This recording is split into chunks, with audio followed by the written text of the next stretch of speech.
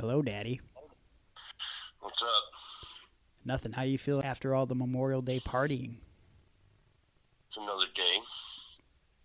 No big deal. You're... Went out, cleaned up the garage a little bit, cut the grass, and called it a day. Sounds like a good time. Mm-hmm. It's the first time you done working forever. Yeah, right. Whatever. You're not feeling hungover or anything? I mean, you drink an awful lot. So what? You didn't feel hungover though. No. Yeah, a lot of people say that I'm overhung. Goodbye. Don't hang up. Don't hang up. Dad, seriously. Okay. Initiating podcast download.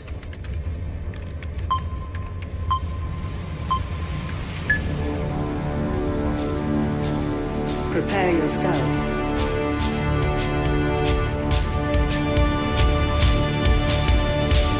Put on your spandex.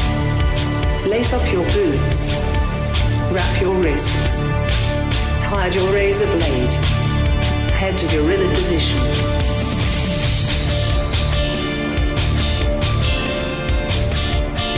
Grease up your hair. Apply baby oil. Okay, apply more baby oil. Get into gimmick. Keep your ears open and your mouth shut. Have fun and be safe out there, brother. Welcome to Iron on Wrestling. Now your host, Gregory Iron. Hello again, everyone. Welcome to another edition of Iron on Wrestling with Gregory Iron. I am your host, Gregory Iron. This is episode 105, and apparently I'm being interrupted by someone's alarm. Sounds like a phone alarm or okay.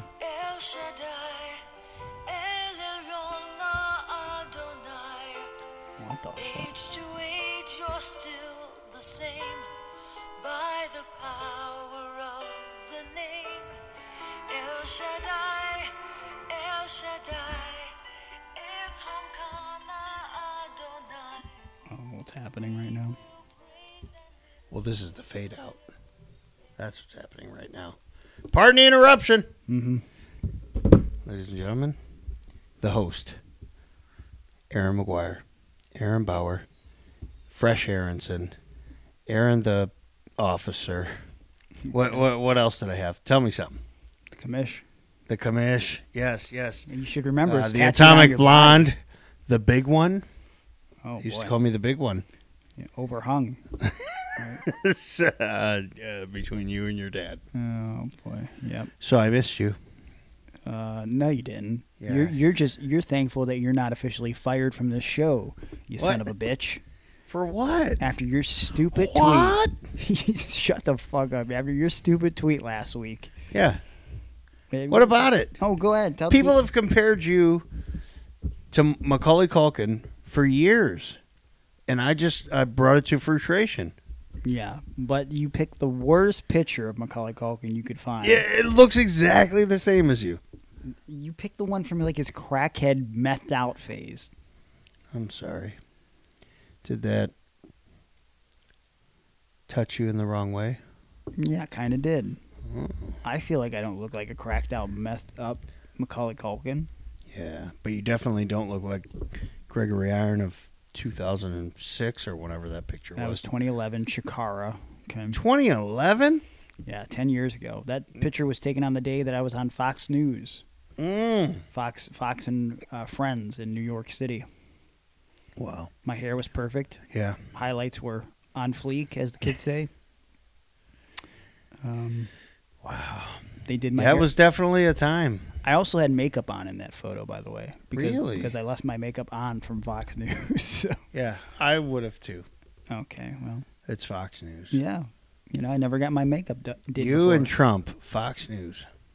Okay. I know you're a big fan. I've never said Huge that. supporter. That's not true. Are we not getting into politics? No, we are not. Oh, We're gonna. that's right. All right, let's talk about Jesus. No, I don't think that's a good idea either. Oh, well, that's a song I played. Unless you wanted to talk about Jesus, who was shortly with Carlito back in 2004, and I believe had a run in XPW for a little bit. What's XPW? You know XPW. Was that the California Fed? Yeah. With Shane Douglas and Rob Black? Yes. Okay, yeah. Yeah. Yeah. Dude, I bought one of their tapes, and I was so hoping it would be ECW, and it was not ECW. Not the same thing at all. Actually, one of the topics that our newest patron subscriber, you actually should know him from Twitter, Deshaun 2 Cents. Oh, that's my boy. Yeah. Hey, dude, look, I don't even know if he knows he's my boy, but one day, this had to be probably around 10 years ago, I randomly saw he did a review on an AIW show, and he mentioned my name. I was probably vanity searching because that's what I have to do because, I'm not as main level as someone like yourself. But I did that. I saw his review. I enjoyed it because it was extremely entertaining. Yeah. He was in a hot tub. Yeah. I'm pretty sure he was naked. You ever been naked? In a hot tub? Yes, I Rick, have. You have? Yeah. Oh, with anyone? And there was another. Johnny? Not- It wasn't with Johnny? Not with Because Johnny. that's, in my mind, that's how I picture it. No. That's how I fantasize No. it. I mean, that's how I... Okay, so you and Johnny are in a hot tub. Okay, yeah, You're if naked. that's what He's you not. Is that how it goes? That's probably how it would go. Really? Yeah, I would imagine. Yeah. But, yeah, that's his gimmick. He's always in the hot tub. Yeah. And actually, when I was in L.A. a couple years ago, we were supposed to do a hot tub interview together, and it didn't work out. But Would you now, have been in the hot tub with him? 100%. Yeah. Wow, me Yeah. too. Yeah. Oh, I'd get in there with both of you. And he, You guys wouldn't even know what hit you. Well, he's done several interviews in the hot tub with other wrestlers. And Yeah. now his goal is to get all of 440, and I said, good luck with that. How because- could you get your all in the hot tub together? That's a lot of mass. Well, I mean, you're a tiny fellow, but we would your make it boys happen. are pretty huge. Eric is fucking ripped. He was here a couple days ago, man, or a couple weeks ago. He almost couldn't fit through the doorway. Yeah, well, He's big. he's working out hard. What about the Bev? The Bev is getting in great shape. He is. And those two podcasts the last 2 weeks were very popular downloads, actually. And what about that Ricky Shane page? Well, see, that's the thing. I told Deshaun, good luck getting Ricky to agree to be on the hot tub. I'm sure everyone else would have no problem with it, pending that we, are treated with, food and snacks and maybe a little bit of cash. But, I feel like we could make it happen at some point. But regardless, what I was going to say is Deshaun 2 Cents, his original bonus topic that he wanted us to cover, and we sort of we shifted away from it because I wasn't sure how much I knew about XPW off the top of my head because it's been a while. He actually wanted us to talk about XPW as a bonus podcast subject. Do you think that's something that we'd be able to do in the future? Oh, yeah, I could do it right here, right now in front of all these people. You want to talk a little bit of XPW before we get into things? No, not yet. I want to build. Okay, sure. I'm saying I could do it right here, right now, in front of all these people. But then what happens?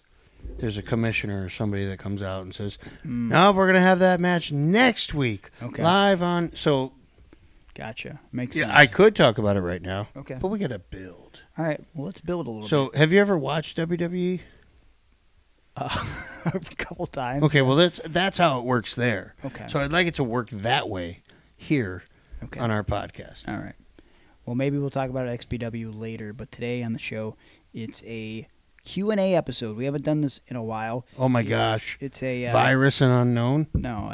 A whole episode on them? No, Oh, this is no. going to be bad. No. Because I don't have much knowledge at all. Question and answer. Right. Yeah, One of what- them was question. I can't remember which No. one, but then one was virus, and then one was big virus. Do you remember something. Virus's mom? No. You don't? Oh, dark hair, hot. Yeah. I'm sorry, Virus. Everyone liked Virus's mom. Virus isn't Oh, yeah. listening to this podcast. I think Virus Really? is a He's not? firefighter.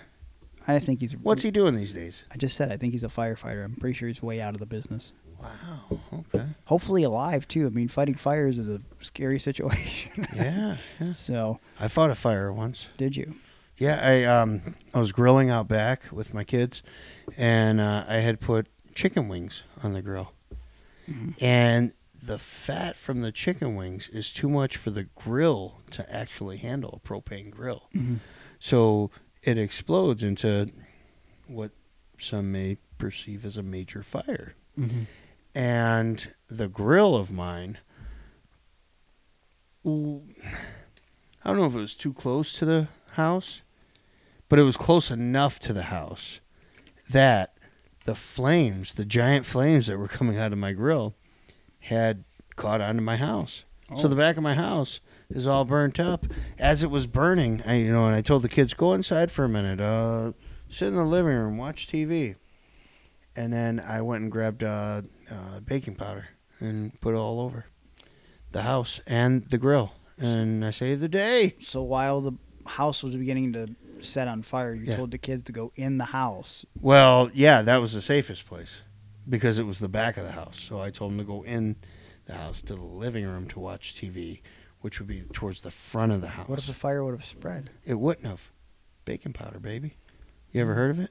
Well, it's smarter than having, like, I don't know, say, like, a part of your body on fire, and, your backup plan for putting out this fire would be, I don't know, maybe a quarter bottle of water filled, with liquid in it just to douse the flames. Seems like that wouldn't work very well. They should add baking soda there. Hypothetically speaking. Baking soda. Yeah. But, so we're going to do a Aaron and Iron Q&A. We haven't done this for about a year, and we got some questions both from Patreon and from Twitter. Patreon's going to take precedence, so we'll do as many as we have time for. But I think we're going to do some sidebars before we get into the question and answer. Maybe even a little bit of extended talk for Patreon. Exclusively for Patreon, we're going to talk about the pay-per-view last night. AEW. Double There was a pay-per-view? or nothing. There was because you watched it. Dope! I did not watch it. Okay. I saw a little bit online about it. What did you think of AEW Double or Nothing? It was good. All right, that was a Patreon exclusive. This is why you're paying us money. Yep. All right. No, man. I thought the show flowed. Mm-hmm. And I'll tell you what. I hate to admit this, but I tried to order online. Okay. I went to BR Live, and they said that they'll send me a code for a password, and they never did. Oh. Now, it had been an hour, and I had requested a password 3 times. I got nothing. So I went to Fight. What's Fight? Fight TV? Is that what it was? I went there. I downloaded their app onto my television. I asked them for a code. I tried to sign up. I would have paid the $60 for the pay-per-view. I was interested. You know what I mean? I thought they had a lot of good stories going into the event. Sure. And matches that I actually just wanted to see. I wouldn't even have to think. Like the Battle Royal. I just want to see that because I like a lot of the guys that are in it. And I didn't have to worry about too much psychology. Yeah. So, here I am trying to buy the pay-per-view. Neither website would send me a password. So it ended up with, I just went on to my Fire Stick, and it happened to be available. You know what? You didn't have to go through this elaborate ruse on Patreon to just tell people that you stole the pay-per-view. What? If you're just going to steal it, just steal the pay-per-view. Yeah, I wasn't going to steal it. I was going to buy it. Mm-hmm. Sure. I definitely wanted to buy it. Well, you didn't. Yep. They wouldn't let me. So, I guess FUBR Wow. and FU Fight TV. What do you think the Because highlight- y'all lost out on $60 from me. I'd have paid on both networks if I could have just got one. I'm sure you can contact them, if you want. How? Maybe you can go on their website and try to talk to someone from corporate. Say, hey, I tried to buy the pay-per-view. Dude, how much am I going to do that? you guys wouldn't allow I'm me- barely able to work the freaking internet. I'll help you. I can't get on. Well, you weren't here yesterday. Well, I'll Where help were you? I'll help you message. What were you doing? I was hanging out with my girlfriend. Really? Oh, I'm Greg. there I was- got girlfriend. there was- We were smooching There's a on the cookout. back porch of Daddy's house. There's a cookout at my dad's. Me and my dad and my brothers. Oh, the Iron Boys. I'm the only Iron boy. Yeah. The other ones are just Smiths. Oh, So, weird. but Why would they pick that as the last name? well, the story behind that is my dad's great grandfather was the black sheep of the family. So he wanted to get back at him by leaving the family and paving his own path. So he changed his name. And you know what he came up with? The ultra creative last name of Smith. Mr. Excitement. Yeah, I don't know what the original last name was, but he changed it Yeah. to Smith. Okay. Perhaps maybe Did they call him Smitty? everyone with the last name Smith gets called Smitty at Okay, some point. I Like was it's some wondering. sort of creative nickname. Yeah. It's horrible. Yeah, whatever. But It's not that bad. anyway, Could be worse nicknames. like what? I don't know. My first wife, her nickname within her family was Pisser. What? No, I'm sorry, Whizzer. Oh, well, that's Not wizard, like Yeah. wizards and warlocks. Whizzer. Wizard, Yeah. yeah, because she always peed the bed. What's better than pisser? Yeah.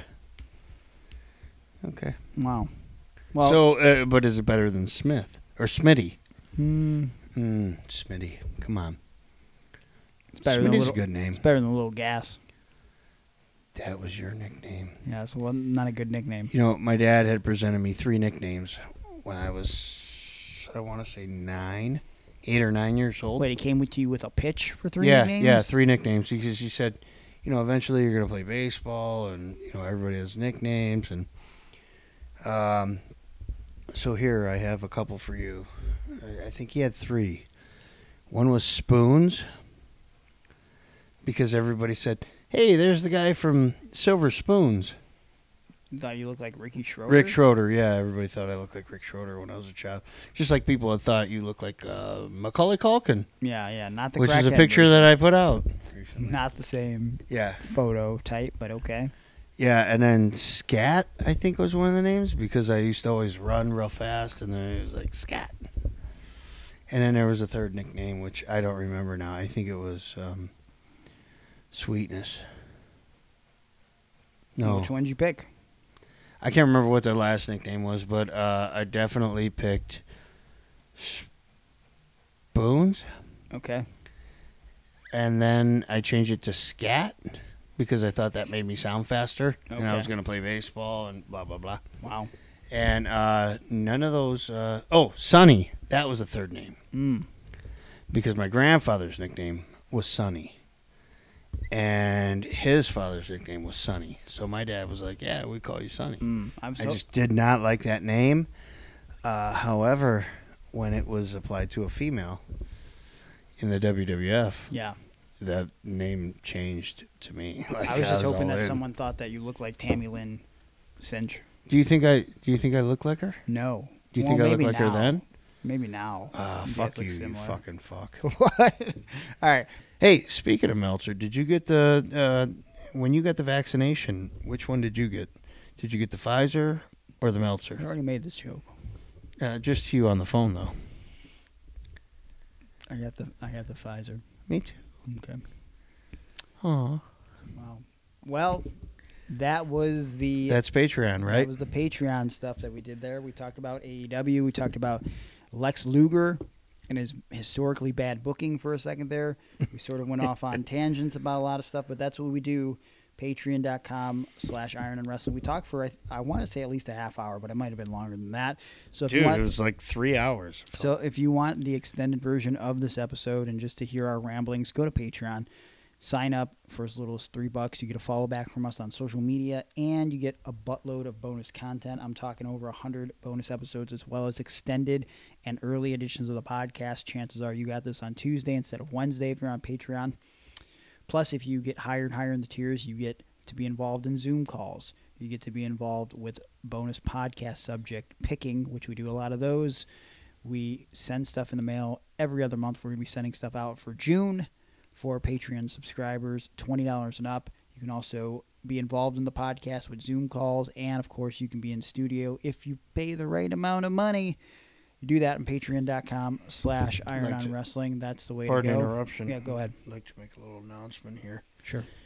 Due to the increasing price of podcasting and gasoline, I'd like to make a price adjustment. Oh. Just so it's fair for everyone. The $69 tier is now $89. And the $40 tier is $60. Unless you purchase today, then you get it for $53. He's lying. Everything is What? the same price as far Oh. as I know. I didn't change anything, so he doesn't know how to change anything. So patreon.com/irononwrestling is the way to go. But listen, we're going to go to some commercials. And From whom? From our sponsors. Yeah, who these sponsors is. Well, that's why we're going to go to the commercials so you Oh. can listen to them. When we come back, we're going to do the Q&A with Aaron and Iron. That's him and me. So stay tuned. Was Jesse coming up? Oh, yeah. Jesse Massey? Okay. Well, It's no BS. okay. What about Juan? Shut up. If you're in the pro wrestling or entertainment industry, you probably realize how important it is to have merchandise. Not only does it help you when it comes to bringing in additional revenue for yourself, but the look and feel of merch is a representation of the brand you're building. So you definitely don't want it to suck. Now you're probably asking yourself, well, where can I find a reliable and reputable artist that'll make me a solid t-shirt or pin design that'll make me look and feel like a superstar? Well, I've got the answer for you. Of the Dead Designs. Of the Dead Designs is a one-man merch company ran by artist Juan Ortiz. Now his name may not be familiar to you, but his artwork should be, because you've likely seen his designs on TV and Hot Topic, and he's created some of the highest-selling shirt designs in pro wrestling tees history.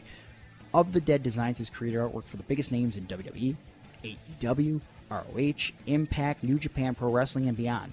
I'm talking guys like Hulk Hogan, Ric Flair, CM Punk, The Young Bucks, Kenny Omega, Road Warrior, Animal, The Lucha Brothers, Jungle Boy, even yours truly. Now you're probably saying, whoa, I'm not in the league of The Young Bucks or Hulk Hogan, brother. There's no way I can afford artwork from Of the Dead Designs. Well, I'm here to tell you you're wrong.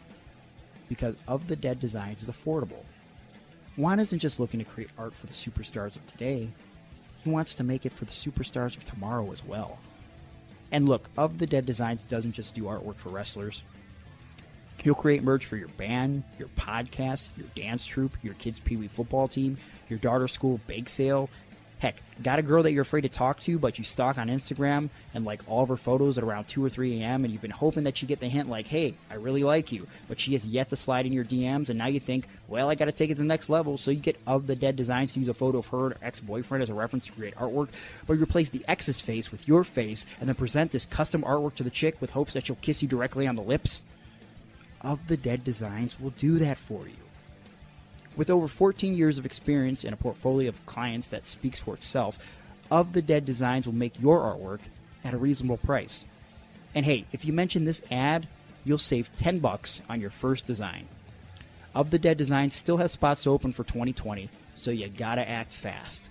If you're interested in a design, contact Of the Dead Designs right now on Instagram at ofthedead209, on Facebook at facebook.com/ofthedeaddesigns, or at his website, ofthedead.weebly.com.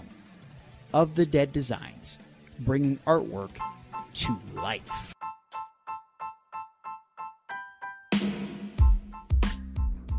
We will return to the Iron on Wrestling podcast in just a moment, but I wanted to take a couple minutes of this time to let you guys know that if you didn't realize it already, Iron on Wrestling is a DIY project. That's right. I'm recording all this myself. I'm editing it in-house all by myself. I'm coming up with the segments and the content, and I'm making sure that each and every Wednesday, by investing countless hours of my personal time, you guys have a new, unique, and entertaining episode blasting into your ear holes. So I hope you don't mind that for a few minutes each episode, you have to deal with a little bit of advertising. Because, quite frankly, I gotta pay those bills somehow. But you know, I don't just pick anyone to be an advertiser on the podcast. When I choose an advertiser for the show, I want to make sure that it's someone that can bring you, the listener, value. I often talk about Of the Dead Designs and my good buddy Juan Ortiz, who can create you a unique logo or t-shirt design for your personal brand. But once that t-shirt design is made, who's going to print it for you? Well, that's where Jesse Massey and SBS Printing comes in. Jesse is a good friend of mine, and much like me in this podcast, he's DIY. For over 10 years, Jesse has been printing t-shirts and hoodies in the comfort of his own home, and he's been the official t-shirt printer for guys like myself, Atticus Koger, Eddie Only, Ricky Shane Page, basically all the 440 guys. My favorite thing about Jesse Massey is the quick turnaround time. When I go to Jesse and I need a shirt design printed right away, I know that he'll have it ready for me within 3 to 5 days, sometimes even quicker. And on top of that, he's affordable. Jesse and SBS can print one color shirt designs for as low as $5. $5. Where are you going to find another deal like that? Now you're probably thinking at a price like that, there's no way these could be quality, long-lasting prints. Wrong. They're super high quality and they're going to last you a lifetime. Jesse and SBS can print you t-shirts, zip-up hoodies, sweaters, and so much more. I encourage you to hit up Jesse right now. Shoot him an email at antisepticmaxrock@gmail.com. That's ANTISEPTIC maxrock@gmail.com. With Jesse Massey and SBS, you're going to get the best. That's no BS. And we are back, Aaron. It's time for a little Q&A. Are you ready? Yeah. Unknown and virus. No, question and answer, you dipshit. Hey, let me ask you a question real quick. Okay, if you must. Do you remember the Intimate Warrior? I do not. Oh, okay. No. Tough Tom? I know Tough Tom. Yeah. I don't know. I was just thinking about him today. I love that gimmick. The Intimate Warrior. He was a good dude. Yeah. Passed away not too long ago. Ah, Very unfortunate. man. That sucks. He hung out with me and Tom Dunn and New Jack. Yeah. Wild times, man. Anyway, I was just thinking of that dude. I don't know why. Maybe you said something earlier off the air. Yeah, we were talking about him off air. I don't know what it has to do with the Q&A. Really brought the mood down here. Jesus Christ. What? I like him. I like the Intimate Warrior. All right, cool. R.I.P. Tough Tom. Now, we're going to go to some questions from Patreon first because Patreon gets priority. Depending on how long we go, we'll get to some questions from Twitter as well. The first question comes from Eric Phillips, one of our newest Patreon subscribers, and he says, I was at the same show as Aaron at the Palace in Lorraine with my family. Does he remember the Cactus Jack versus Doink match at the show and that it ended in a draw that turned into a photo op? Also, tell him Al Hammer says hi. Aaron, do you recall this at all? Yes. I remember Doink and Cactus going to the draw. They did a photo op. They came through the crowd. And I remember that's the point where I said, Matt. And Doink turned and looked at me. Oh, Matt Bourne. Yeah. Was it actually Matt Bourne? Yeah. Okay. Yeah. Because we were actually talking about this on the Zoom call this weekend. Yeah. And people were wondering if it was Matt Bourne. And I said, I ain't got to assume it was T.C. Reynolds. No. It was actually Matt Bourne. What year was this? 94, maybe? Okay. Because that was also the debate because not too long ago on Patreon, we uploaded a rare full show from Halloween 1994 from a promotion in Florida, which was affiliated with the NWA. I can't remember the promotion's name, but what's interesting about this event over on Patreon is it's got a spiderwebbed steel cage featuring Gangrel in a tag match. That night, because I sent it to Gangrel, so I said, do you remember this show at all? Right. He said that was the night he got married to Luna. So it was either before or after that show. This show also features The Butcher while he's feuding with Hulk Hogan in WCW, a.k.a. Brutus Beefcake. Jake the Snake Roberts with a shaved head because he just got his hair shaved in Mexico. By Conan? Yes. Yeah, okay. And it features Warlord versus Doink the Clown. However, Doink the Clown is not portrayed by Matt Bourne. He's portrayed by Skinner. Oh, okay. Yeah, so and because he wrestles later in the show under Steve Kern. So we were trying to debate on Patreon how many and what's the earliest Doink match that exists online that features Matt Bourne on the indies, because I feel like he didn't do it much. I feel like it was everyone else that did Doink. Yeah. You know what I mean? Yeah, I don't know. So it was interesting this show happened. 1994, Cactus Jack and Doink.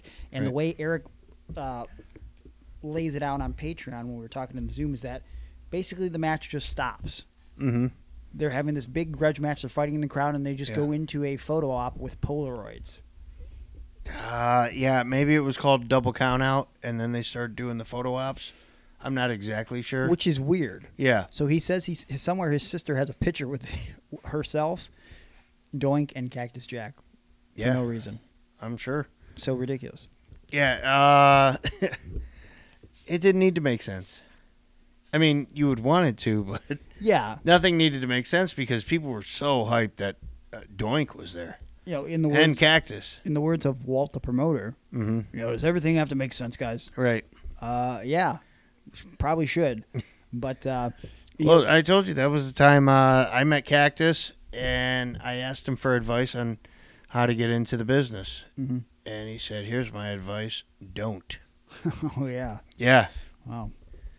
So there was that, and what was the other thing? With Doink, it was Matt Bourne, and I said, "Hey Matt," when he was in the crowd doing the autographs and taking pictures, and he turned and looked at me. He said, "Yeah, oh." It was like one of those moments. Now, was this before or after he was doing Bourne Again? I don't know. It might have been right before it. Okay. Interesting. All this photo op reminds me of is the time that JT Lightning was doing the Cleveland All Pro Wrestling Night of Legends in 2007. And one of the matches that was featured on that card, he billed as a grudge match 10 years in the making. Buff Bagwell versus Rick Steiner. Why was it a grudge match 10 years in the making? Because on an episode of WCW Thunder, about roughly 10 years before that match, in August of 2007, Rick Steiner accidentally broke Buff Bagwell's neck. Yeah. Very serious situation happening live on Thunder. And so we fast forwarded to Night of Legend shows. JT's booking this grudge match. Naturally, before the grudge match takes place, you were able to get a Polaroid photo in the ring with Buff and Rick Steiner at the same time. Yeah. Wow, what a grudge. These guys truly hated each other. I'll tell you that.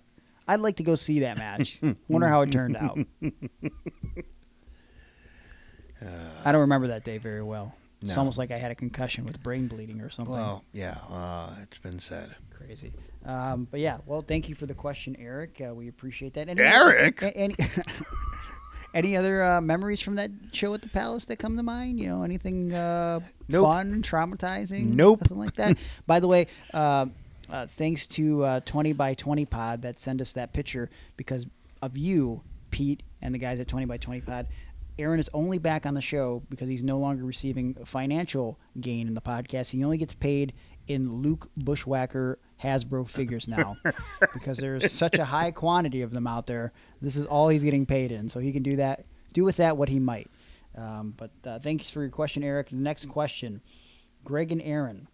This is from Matt. If you guys were jobbers in the early to mid-'90s, what would your names have been? Oh, I like this one a lot. That's a good question. Yeah. All right, so usually you try to go with something that's similar to your name. Maybe like your first and middle name. Maybe your middle name and your grandparents' name. What? A lot of work here. Well, you had one, right? What? A jobber name for yourself? Well, not a jobber name, but, like a name that you grew up thinking like you could be this. Not really. I mean, No. when I You weren't backyard wrestled, Greg Allen? No, I was Greg Berg. Greg Berg. Like I remember that. Like Goldberg. That was my backyard name, but that can't be a jobber name. No. I feel like if I were coming. Well, Gilbert. Yeah, but he wasn't a jobber. He was like the light heavyweight champion for a while. He was a jobber and then the light heavyweight champion Right. and then a jobber. But when he was Gilbert, he wasn't a jobber. He was just a joke that got the light heavyweight belt because the light heavyweight belt became a joke. Yeah. But if I had to guess, this is not my choice, but I would say that if I was like working for Crockett or something back in the day, they probably would have just gave me a name, and they probably said, "What's your real name?" I would have said Greg Smith. So like, okay, your name is Greg Smith. That sounds like that's a jobber name right there. It's a jobber name. Yeah. Or Alan Smith. Yeah. Like it's just terrible. I don't know if I have a good one.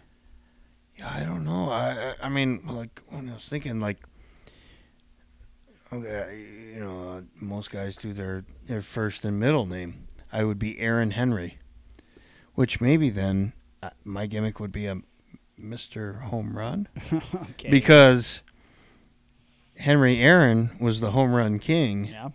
And if I switch my name, Sure. I'm Aaron Henry. So maybe I'm the home run king. Okay, we can go with that. I'm trying to think. Maybe if I got to pick my jobber name in honor of one of my all-time favorites, Jimmy Del Rey, maybe I would have been Greggy Del Rey. Greggy Del Rey. Yeah, just put Yeah. little gigolo outfit on, little shiny jacket, shave my beard into a mustache. Yeah. I think that could have worked real well. I was thinking my shoot last name is Simmons, so maybe Simon Simmons. Oh, that's a horrible jobber name. I like it. Yeah. I mean, because if you hear Simon Simmons, you know that guy's losing. For sure. It's just like, oh, okay. Yeah. And then all I do is like raise my arm when they announced me in the ring. Don't look into the hard camera. Right, all right, you just raise your arm. Yep, that's it. That's me. Mm-hmm. I have no problem with that. Getting paid. Yeah, for sure. Matt Swistack over on Patreon, thanks for the question. Katie over on Patreon asked, who should people look out for on the independent scene right now? Any picks for you, Aaron? Do you know of anyone? I don't even know anybody on the indie scene right now. Well, you. Nah. Look out for Greg. I've been wrestling 15 years. I don't know if I'm like up and I coming. don't know that I know any young guys. The only indie stuff I've really watched lately is 440 stuff. Yeah. So I like what you guys are doing. You know what I mean? I can say that. If I had to pick someone from the indies, a young whippersnapper, has a bright future, I would have to say a kid by the name of Marcus Mathers that I worked at H2O about a month ago. He's only 18 years old. He's very talented, even though I hate everyone at H2O. I won't. I have no hesitation about it. Do they call him Eminem? They do not. No, it's Marcus, not Marshall. Oh. Marcus. Marshall. No. It's Marshall. No. Marcus Mathers, very talented young man. I think he's got a bright future. I think if we're talking ladies wrestlers, I think Billy Starks is going to, her potential is just going to keep growing. She has a willingness to learn. She's still very young, and she's already been at it, I think, 2 or 3 years. And she's worked with a lot of great talent that's helping teach her along the way. She spends a lot of time doing seminars and going to various schools when she can. I know she spent a lot of time with Trey Miguel down at the Skull and Bones School, which is run by our old friend Crimson, a.k.a. CK3. Like the mask? Like the mask, yes. And so I think Billy's got a bright future. Dude, let me expand on that for a moment. Sure. I did watch her match. It was on some pay-per-view you did. Okay, and her match was either before yours or after yours or somewhere around the time of yours or one of 440's. Okay. And I only watched her because she was a friend of the show and alumni Yeah. here on the show. Man, I was impressed. And then I remembered, oh, this is that 17-year-old girl. Yeah. That, man, I wasn't doing nothing like that at 17. Yeah. No, she's... No, man, she's way beyond her years as far as her ring work and her athleticism. And it looks like I saw a couple promos because then I looked into, who this person was more. And she's doing good things, man. And her merch game is on point. Yeah. She's got good merch, good girl. More guys that I think have a lot of potential. I think Sage Phillips is a good kid. People that should look out for. I think he should be out there more already. Great technical wrestler, trained by Billy Rock, who's one of the unsung heroes of independent professional wrestling. Trained a lot of great guys out of Indiana. Trained Ruby Riott. Yeah. Obviously she's in WWE now. Billy Rock, incredibly talented. But yeah, Sage is a good kid. I think Ace Perry, who's also out of Indiana, is going to blow up real soon. Ace Perry, that sounds familiar. He was he on Joe Dombrowski's? We wrestled at Welter. welterweight. I think Okay, he did the yeah. commentary on it. Yep. So Ace is a good kid. That's how I know him. And- Yeah, I remember liking his stuff. Yeah, he's awesome. He was doing a very prominent thing at Effie's Big Gay Brunch. So he worked with Effie. So I think Ace has unlimited potential and is going to go far. I'm trying to think who else. I feel like he's already making his name, and there's no reason I should have to mention him. But I can't say enough good things about Lee Moriarty. I mean, the fact that he's not signed already is kind of crazy to me. Mm-hmm. But Lee is what all young wrestlers really should strive to be. He's a student of the game. He works hard. He can do any style. He's got a good head on his shoulders. And I don't know. I've told Lee this. I had him on the show, and I think I told him on the show. He just reminds me of Johnny, of young Johnny Gargano, and that's the highest compliment I can give someone. Knowing Johnny better than anyone. When I see a kid that reminds me of Johnny, that says a lot, and so he's got unlimited potential. But those are the names that are really jumping out at me. What about Casey Carrington? You Huh? know anything about him? Who? Casey Carrington? Oh, yeah. Wasn't he the manager at Mega Championship Wrestling for a little bit? I think he was the commissioner. I think he's got a different name now, but I don't know. I don't know for sure, but and I don't even know if he still works or something. But I remember working with him a couple years ago, right? I think it was right when I was done with wrestling, Yeah. and the kid was good. I thought he had a lot of potential. He could talk. He could work. And I remember doing something where I think I was getting inducted into the Hall of Fame, and he was supposed to cut me off. Yeah. Because I was going to then pass the torch to him, basically, from Mega. Like, I was their commissioner for a long time. And then, anyway, he interrupted me, and I thought he was a joke, and I think I kicked him in the nuts or something like that, and that was the end of the segment. Yeah. But then I watched him come out later on, and he had a match, and he was good. He was in some ladder match. Dude he's very athletic, and he was working his character well. Yeah, seemed to have a lot of charisma. Right. And I mean, again, when you're only 17, you're already in the business like that. I mean, you'd think that you can only go upward. Right. So as long as you... So I remember that guy. I don't know too many other young people in the business. Sorry.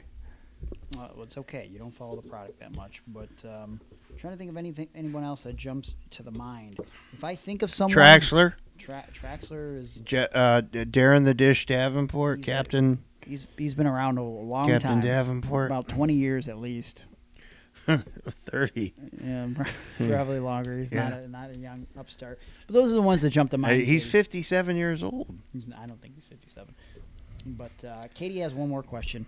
What's one of your favorite matches to recommend to others? One of the matches you have competed in, maybe. Well, Aaron, you first. Give me a match that you would recommend. Nothing I've ever competed in will ever be recommended Sure. to anyone to watch.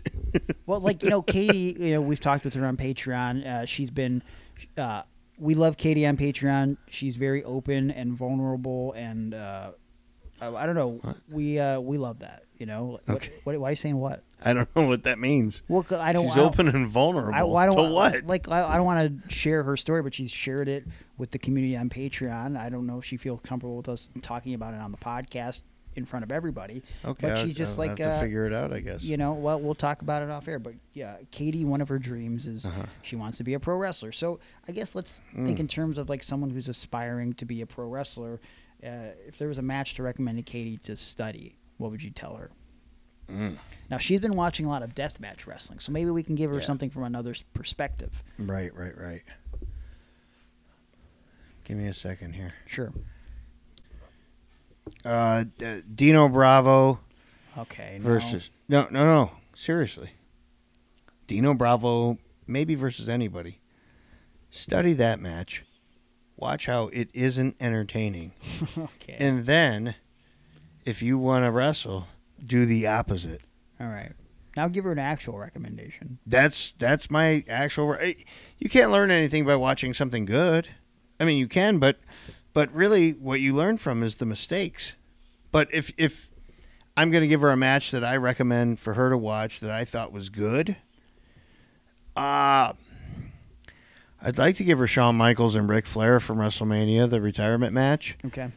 But I don't know that I can, because if you're a first-time wrestling fan or you're trying to introduce somebody to wrestling, I don't know that that's the go-to first match because you don't know the history. True. So maybe, golly, man, I think I'm going to say Pac and Orange Cassidy. Yeah. Because it's fun. And a lot of times, if you're trying to convince somebody to be a wrestling fan, they don't like wrestling. So why show them an actual wrestling match? You should show them something with all the entertainment and wrestling that a match like Pac and Orange Cassidy provides. Sure. But also Katie likes wrestling. Okay. Well, then I show her the match I told you. Shawn Michaels, Ric Flair. Yeah. If she already likes it. And, I mean, you get a video package before that match. It kind of sums up everything that's happening. Yeah.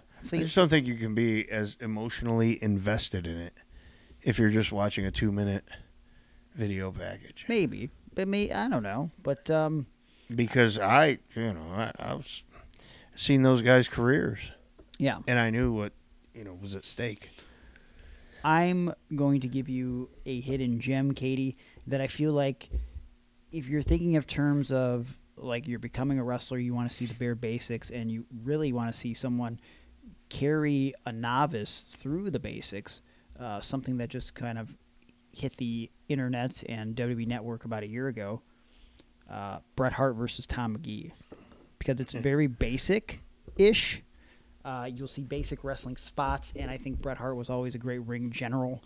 So I think if you can find Bret Hart versus Tom Mcgee, Katie, I think you should watch that.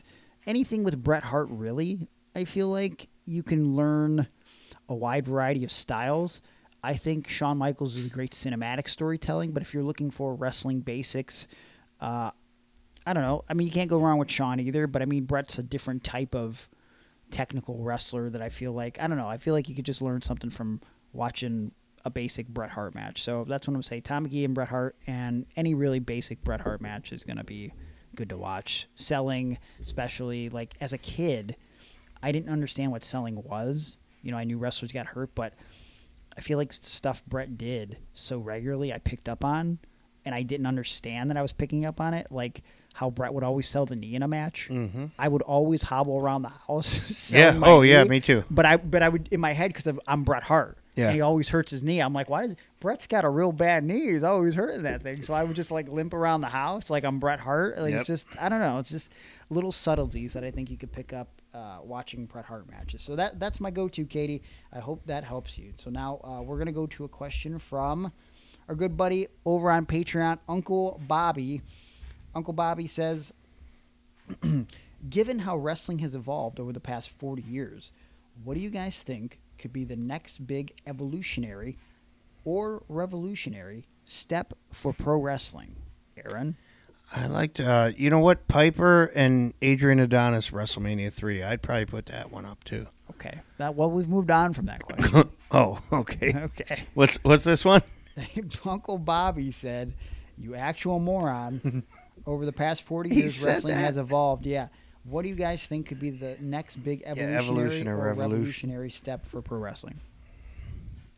I don't even know, man. I don't think I'm ahead of the curve right now because I'm just not that interested. Mm-hmm. But if I were to get interested, maybe robots wrestling. Okay. Robots wrestling each other or wrestling humans? I'll take both. Like, can we have like We could have one human and one robot on a team against one human and one robot on a team. I feel like the robot has an unfair advantage. I'm going to be honest with you. And then that's what we could do. And, you know, halfway through, maybe the robot is out of oil. Okay. And this human tag team partner has to run and get the oil, which is... Okay. In the back. It seems like that fucking machine show that was on with Mick Foley back during like Spike TV, you know what I'm saying? Where they'd build the machine and everything and then they'd fight each other. Ooh. Okay. Whatever. That's the next big thing in wrestling. All right. That's the next revolutionary. Well, I don't know if this is revolutionary or evolutionary, but like I feel like sometimes modern wrestling tries a little bit too hard. Mm-hmm. It's a little too contrived. So if I had to say the next big revolutionary thing is not really a revolution. It's more of a revelation that maybe the basics is something that we need to get back to. I would like to see less scripted promos. Oh, yeah. More bullet points. I mean, I think we saw front and center when they had to improv a bunch of promos at the beginning of WrestleMania that it was much better than the overly written stuff that we usually see. And now, for some reason, they've edited that out of WrestleMania. I don't know if you know this. It's out of WrestleMania now. It's gone. Doesn't exist anymore.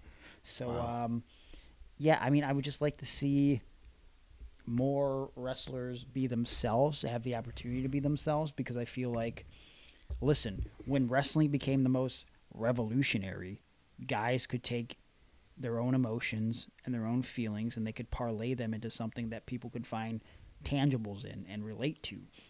I don't know if I become a wrestling fan if I don't see those larger-life characters of the 80s and 90s, but I don't know if I stay a fan if, as I'm growing, wrestling grew with me, and I got to see these, an icon like Hogan turn his back on professional wrestling and sort of take his anger and frustration with the WCW crowd booing him when he was trying to be a babyface and make that turn him into a larger-than-life bad guy that I couldn't even envision, especially at a point in my life where I knew wrestling was predetermined at that point.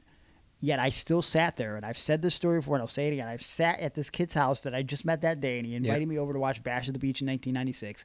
And I sat there at the dining room table of this kid's house, and I shook my head in shame that Hulk Hogan had turned heel. Yes. And I said, holding back tears, I'm just glad my grandma wasn't around to see this. Because I thought grandma would be disappointed that Hulk Hogan turned his back. You know, Austin 316 and all that shit, D-Generation X, NWO. I mean, it's cliche, but like those characters felt real.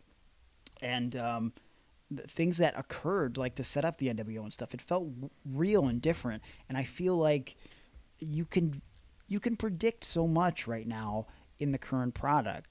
When they're going to go to a commercial break, someone's going to interrupt. If they come out in a wrestling outfit, they're going to and this is supposed to be an in-ring segment where they're just cutting a promo. It's probably going to turn into a match.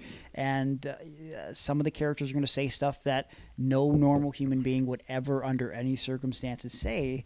I, as a viewer, cannot relate to that. And so I don't think this is revolutionary, and I don't know if this is answering your question, Uncle Bobby, but I feel like if we just go back to the basics, we could potentially have the next revolution in professional wrestling, because there is an audience that is there that wants to watch wrestling. I come across so many people in life that when they find out I'm a wrestler, they don't talk about the current product for the most part. They talk about the days of old.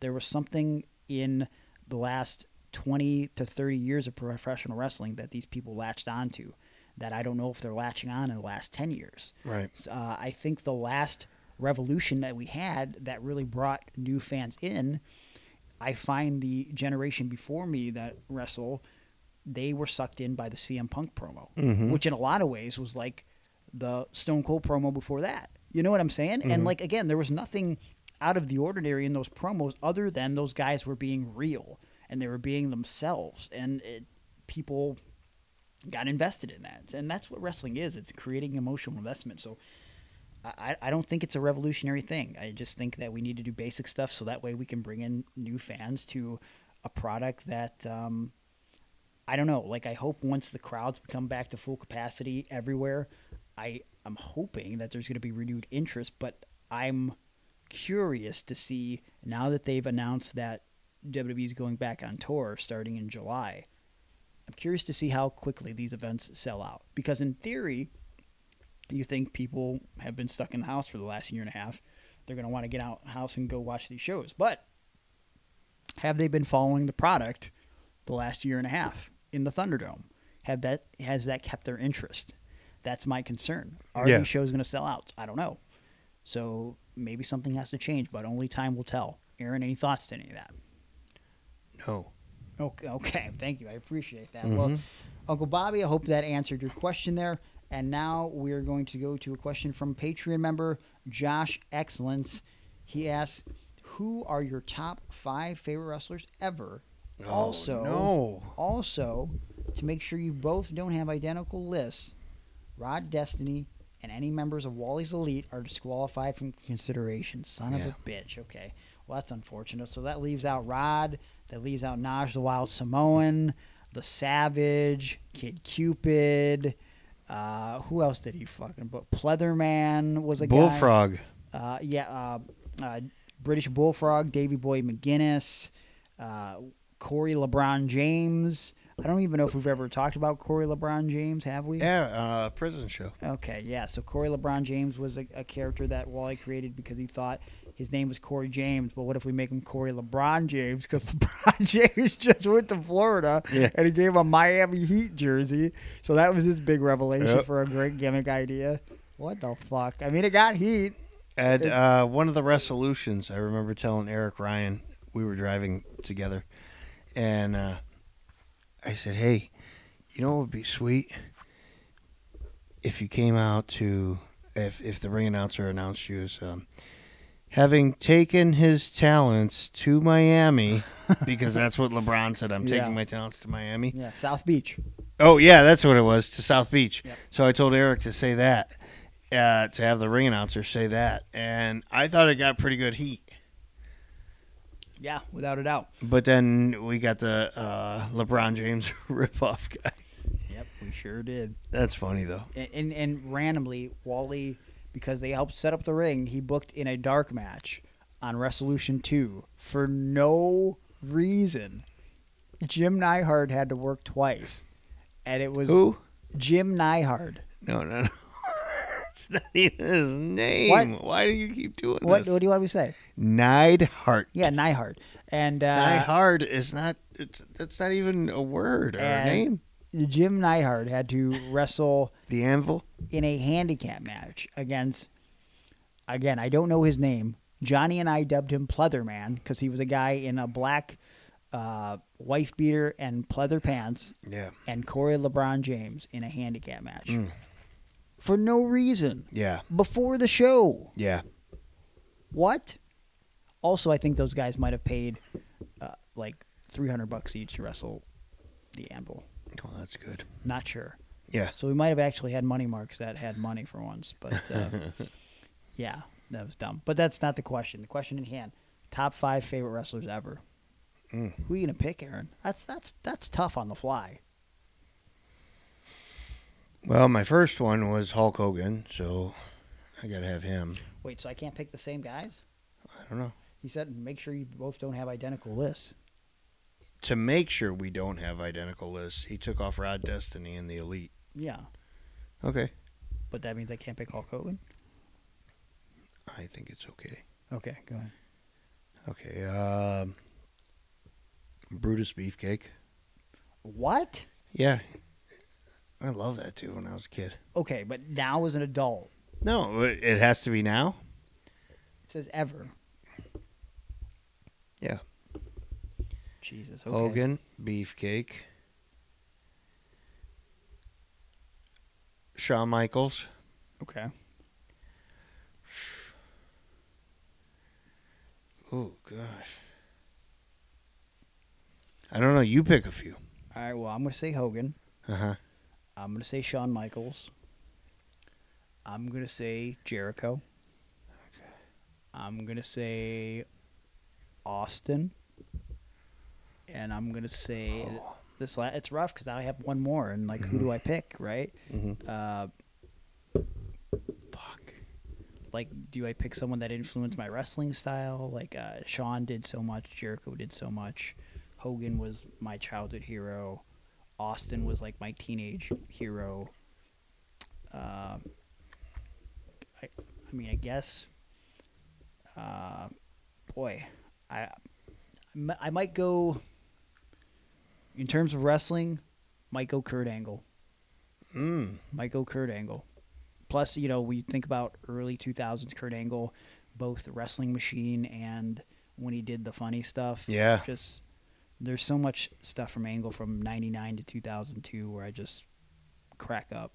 It's so ridiculous. Like I was just recently went back and watched when he was trying to get S.A. Rios to be his tag team partner on SmackDown. Yeah. And he pretended like, you know, he didn't know for sure whether S.A. Rios could speak English or not. So he looks at Lita and he goes, "Can you tell your friend that I need a tag team partner and that I will give him my gold medals so then maybe he could sell them so he can buy food to feed his family?" And I was like, so dumb and absurd. I love Kurt Angle. So good. So maybe that's my top 5.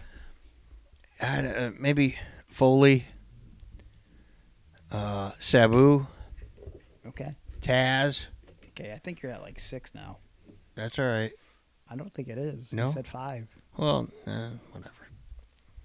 Taz. You know, he didn't discount Animal Steel from this. Animal Steel was not one of my favorite wrestlers. Come on, man. When Animal Steel was on that show that we posted on Patreon, with that short clip where he's backstage hanging out, Yeah. did he actually wrestle on that show? Or was he just there selling 8x10s of himself? Oh, just there. Okay. Did you ever see him wrestle? No. Yeah. Indie show I went to at Southview. It was Iron Sheik versus Animal Steel. And that was the show where at intermission, Iron Sheik challenged any fan to get in the ring and swing the clubs. Okay. And 3 fans had failed, and then I got in there and I did it, but he stopped me, $1 Million Man style. Like before I finished, you know, I think he had to do like 20 swirls or whatever. Yeah. So yeah, he stopped me and then said I was doing it wrong and I was cheating, and so yeah, Wally and Gmo, so they escorted me out of the ring. Jesus, sad day. Yeah. So anyway, Iron Sheik and George the Animal Steel, or Howard the Animal Steel, had a match at the high school, and I've always said this was the absolute worst match I've ever seen in my life. I would love to see it. It was so god-awful. I wish I had footage of it. What was the worst part about it? When it started and then everything up until it ended. Well, I wish that match existed. One match that I've wanted to get my hands on for years, which I've talked about on the show before, is Tommy Rich versus Jimmy Snuka from that Night of Legends show. I would like to see that whole card over again, to be honest, because I think there's a lot of hidden gems on that show. Mm-hmm. Some of the matches actually exist on the internet. There's the Motor City Machine Guns versus Johnny Gargano and Josh Prohibition, which was actually a good match that happened on that show. But then there's a match that I'd like to see that I've only seen once via hardcam, and I remember being good. It was Southern Comfort, which was Tracy Smothers and Chris Hamrick versus Faith in Nothing. Yeah. Would love to go back and watch that. Nigel McGuinness was on the show, and I want to say he wrestled M-Dog 20. I'd like to go back and watch that. I would not want to go back and watch my concussion with brain bleed from that show, but there was a lot of Luna Vachon versus Jessica Havoc was a match on that show. I mean, it was a random ass card with a bunch of up and down moments. But yeah, again, we're going off on a tangent, but that's what we do.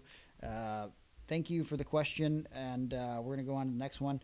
I think, do I have? Yes, I have another one from Eric Phillips here over on Patreon. He says, "What is your favorite wrestling shirts or merchandise as a kid?" Mine was the DX jersey that I constantly got in trouble for. I'm assuming he's meaning the jersey that said Degenerate 69 on the back. Aaron, what was your favorite wrestling shirt or shirts or merchandise as a child? They didn't have many when I was a kid. I ordered a George the Animal Steel poster. Oh, you did tell me you did that. Yeah, in 1986 maybe. Mm-hmm. And it never came in the mail. So, sad. But that would have been my favorite. Then, let me think about, oh, you know what I had, and I thought this was cool. I had the Macho Man bandana, officially licensed by WWF. Oh, okay. Yeah. I bought that at a house show when I went one time, and I really like that. I don't know what else. Oh, the Patriot mask WCW offered. And they sold those? Yeah. I bought one, and I paraded around high school as the Unknown American Man. Oh, yeah, okay, that's how you got your mask. Yeah. Yeah. It started off as that, and then it evolved into me buying an actual mask from Adrian Street, I think. Wait, really? Yeah. When? I think he had a store or clothing, yeah, he made gear for people. Oh, wow. And he sent out a catalog with maybe like one of the dirt sheets I got or something. So wouldn't you have to, so you ordered that from across the sea from him? I don't know where he was based, but yeah, it was Exotic Adrian Street's. Yeah. Yeah, sure clothing he lives line. in the UK, so. No, I don't know. I don't remember. Interesting. I just know I sent out for it, and I got exactly what I asked for. It was good work. Interesting. I think my favorite merch as a kid that I never owned, that I always wanted to own, it was basically stuff that I saw on TV that is still embedded in my mind to this day, which in later years I ended up getting, like when Sergeant Slaughter burnt the Hulkamania Immortal Hulk Hogan poster instead of the American flag. Yeah. I remember that just made me want that poster more, Mm-hmm. just to support Hogan. Like, no, you can't burn that. And now it's like, it's funny because I'm like, when you're a bad guy and you want little kids to buy your merch, you have the good guy rip up your 8x10. So then all the kids will buy your 8x10 and rip it up, right? And so looking back at that moment for me, I would imagine it had a good effect on those Hulk Hogan posters, which were like $7.99 back in the day. And now if you go on eBay, you have to pay for that same poster over $100 or at least, because those vintage posters are worth a lot. I always wanted that. I had the Hulk Hogan costume set that Hasbro came out with, so I wore that pretty often. I think I got it probably like 5 years after it was cool, though, so it was like 94 or something that I think someone found it at a thrift store for me. But I definitely wore it for Halloween in 1995. So again, Hulk Hogan is in WCW at this point, and I'm wearing the WWF Hulk Hogan outfit from like 1990, and no one thinks it's cool. But as I got older, I enjoyed my Stone Cold Steve Austin shirts that I would wear to school because I thought it was very anti-authority. In fact, at one point, for some reason, my dad had a bug up his ass for Pitcher Day one day, and he said I could not wear my Austin 316 skull shirt. I didn't have the official WWF one, but I had one where his skull was melting, and it said Austin 316, and it said the hard way. And I remember, so what I did was I wore my Cleveland Indians jersey to school. Yeah. And I remember I told the kids at school, and I felt like Stone Cold Steve Austin in that one promo where he dresses up in a suit. Yep. And Vince is all happy. Yeah. And then he goes like, this is the last time you ever see me in a silly suit like this sumbitch right here. And I remember I walked up to the kids and I said like, yeah, my dad said I couldn't wear my Austin 316 shirt to school. I'm real sad, guys. And I'm wearing this Indians jersey. They're like, oh, that sucks, man. I'm like, but what Dad don't know won't hurt him. And I like unbutton the shirt and I wear the Austin 316 shirt. They're like, oh yeah, they got real pumped. And so then for the pictures, I wore my Austin 316 shirt, and then my dad was real mad. Yeah. But I don't understand why he was mad because he's not like a fucking religious guy or something. I don't understand the problem. He was just being a weirdo, which not much has changed. So, those are the favorites that come to mind. Yeah, I know there was other stuff, but I can't think of it right now. But we definitely lived through some very good merch. Yeah, I mean, cool stuff. The Hasbros are still. If you want to talk about figures. Yeah, I mean dollies. No, Wrestling dollies. Action figures. No, they're just dollies. I'm a big fan of the Hasbro figures. I like the retro Mattels that they're coming out with because they look like the Hasbros. And then there's I believe it's Zombie Sailor Toys are coming out with officially licensed wrestling figures based off of guys that never got Hasbros, like guys like Sabu and Earl Hebner and our boy Dino Bravo is getting his first official action figure through Zombie Sailor Toys. He's had action figures. No, he hasn't. Never? Really? Never had an action figure. Wow. Yep. Never, ever. Okay. So not even through Mattel or any of the new line of That's toys. wild to me. Yeah. So he's getting his first action figure. So I don't know. I'm really into those retro line of toys, but that's the merch that jumped to mind. And then I guess I could talk about this all day, but I had a bunch of. What about that? What? Oh. I was gonna say.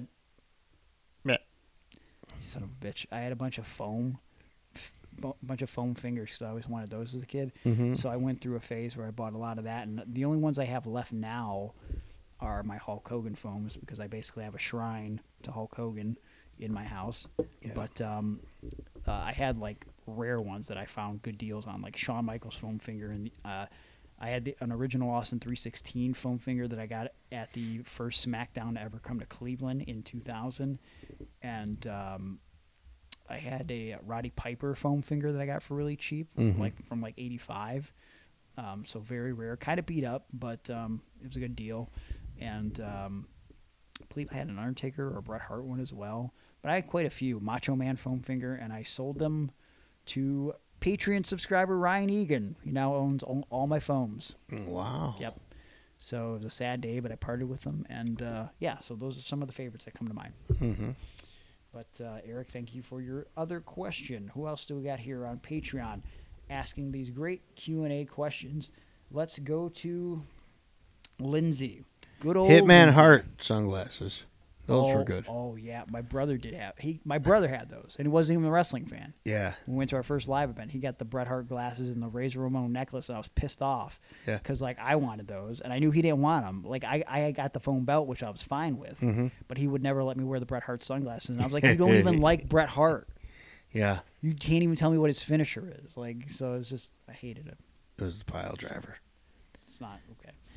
Lindsay over on Patreon asks, roughly what percentage of indie wrestlers have wrestling as their main/only source of income? For those who work outside of wrestling, are there any industries that are particularly represented and or any interesting jobs/fields of education people have? I don't have to publicly say who I am, or just, wait, what? I don't have to publicly say who, just DM me. That one might not expect them to have as a job. So, okay, let's go with the first part. What percentage of indie wrestlers, Aaron, do you think have their main/only source of income from wrestling? 10. That's the first number that popped in my mind. 9. Yeah, maybe. Okay. It's a very low percentage. For me personally, I don't have a problem talking about it. I worked for about maybe almost 2 years without a job. There was a point where I was unemployed maybe like 7 years ago, so maybe like 3 years where wrestling was my sole income. And the first time when I was unemployed, that was rough. But the last time I was working pretty well full time, but also I had motivational speaking stuff that I was doing, and then COVID. So, but I would say 10% is a good estimate, and I feel like even the guys that you would think are making good enough money to quit, they're still smart enough to keep their jobs. You know what I mean? Like even a couple days a week. So because wrestling, this may shock some listeners, is not super reliable, and if you get hurt, you probably know that we don't have health insurance. So it's nice when you can have a job that can provide something like that, just in case you do get a horrific injury, things of that nature. For those who work outside of wrestling, are there any industries that are particularly represented and or any interesting jobs or fields of education people have that one might not expect? Anyone pop to mind for you? Fields of jobs that people don't expect them to have? Yeah. I mean, Okay, like... yeah, so like Veda, Oh, yeah. where, she has a degree as a, could be a law. Yeah. She was Okay. doing a paralegal when I met her, but she definitely got her degree to be a lawyer, and she decided to still be a wrestler.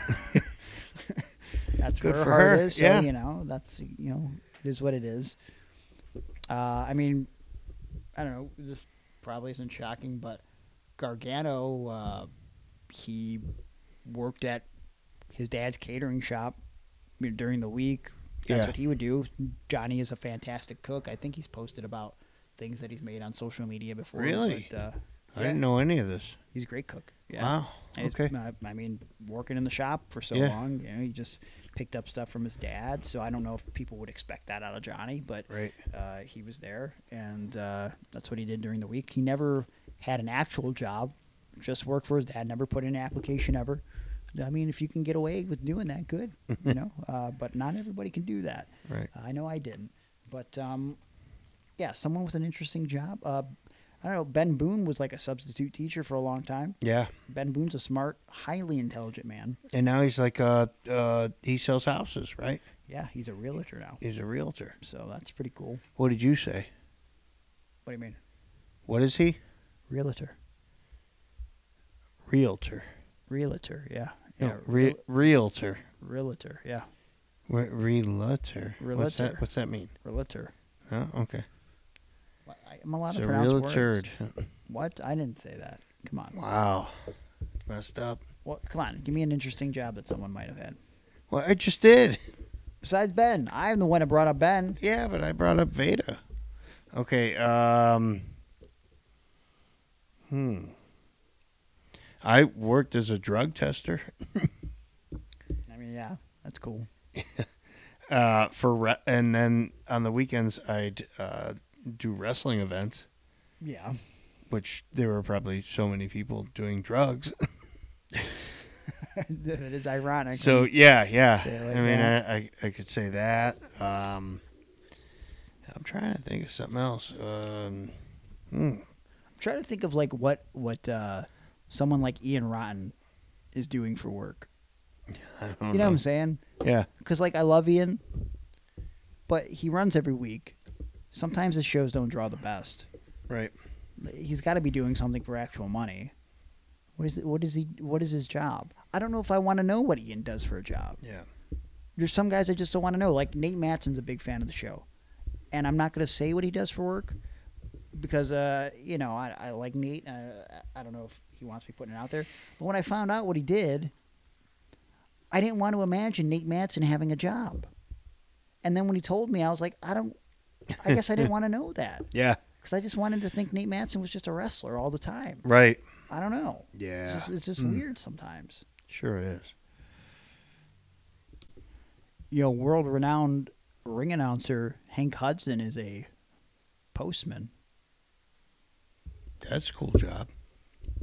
Pays well. Yeah. Very secure. Yeah. And he's definitely been one for a long time. Yes, he has. I mean, ever since I've been in, and that's over 20 years. And then I'm sure he was, before that. So We talked about it last week. Bobby Beverly, he chops down trees. Gets paid Yeah. very well. You know anybody maybe works at a plasma factory? Somebody comes in and then they sign him in or whatever. That's a cool job. I can't think of anybody that has that job. Okay. Hey, What? what about Eddie Only? Yeah, I don't know where he is. Right. But you know what he does or what he did. He's done a lot of things. He's a jack of all trades. He's Yeah. been a musician. Uh-huh. He's obviously been a wrestler at some point. Mhm. He was a tattoo artist. Yeah. He also opened up a food truck. Wow, really? Yeah, he started that That's right great. before the pandemic. Yep. Originally, he was going to do a cereal bar. Uh-huh. I think that's something he still wants to do. once things get back up and running. He had a lot of good ideas for it. Eddie only is a guy that likes to, I think he gets bored and he wants to try other stuff and other avenues, not just to explore his creativity, but to make money. I respect that.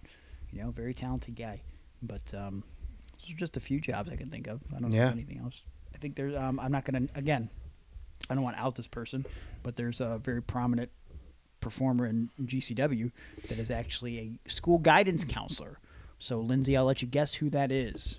And hey, what about our own attorney, David Lawless? David Lawless, yes. He's an actual attorney. Real life attorney, yeah. Pretty interesting stuff. But I don't know, those are the ones. Candice LeRae used to be an actual baker. She worked at Universal Studios in California. So that's like legit. So pretty wild. People used to say she was the best baker in Cleveland. Okay. Is that like a Baker Mayfield thing? Oh, I can't believe you said that. I love the guy. Okay. All right, so where are we going? Yeah, so, all right, so moving on, Mason Dixon.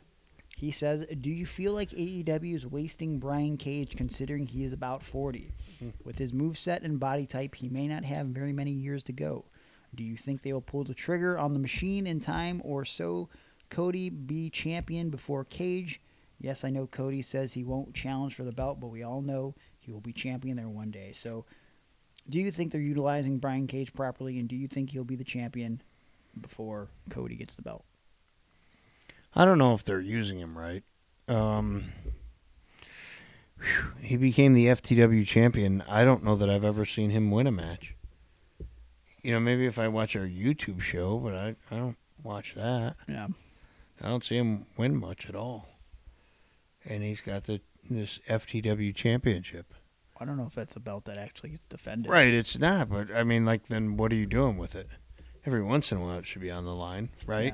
Yeah, if you're claiming to be the champion, even if he only defends it against lower level talent, sure, that's a gimmick. Yeah. And on whatever their YouTube shows are. I don't know, man, but I can't say anything just yet because he's in the middle of this babyface turn. So maybe once this turn happens, he'll be, the guy he should be. Yeah, I think he's on the right path. Much like Miro. Right. I don't know. I could see him being in the title picture at some point. Obviously, he has the look and the ability.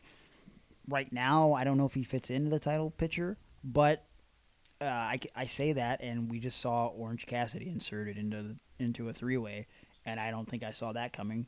Right. So I do think Brian Cage gets the belt before Cody. That's the one thing that I love about AEW is they really kept that stipulation of Cody not challenging for that heavyweight belt. And I think at some point, I think the only way he gets to challenge for that belt is if MJF says he gets to challenge for it. Just to do a callback because MJF is the reason why he can't. Yeah. It's sort of like when Austin beat The Undertaker for that end of the era match back at Fully Loaded 1999, and Vince had to leave the WWF forever, which ended up being, I think, a month and a half. Yeah. And the only way he could come back after that month and a half was Stone Cold said, I'll let you back in if I can get a WWF title shot.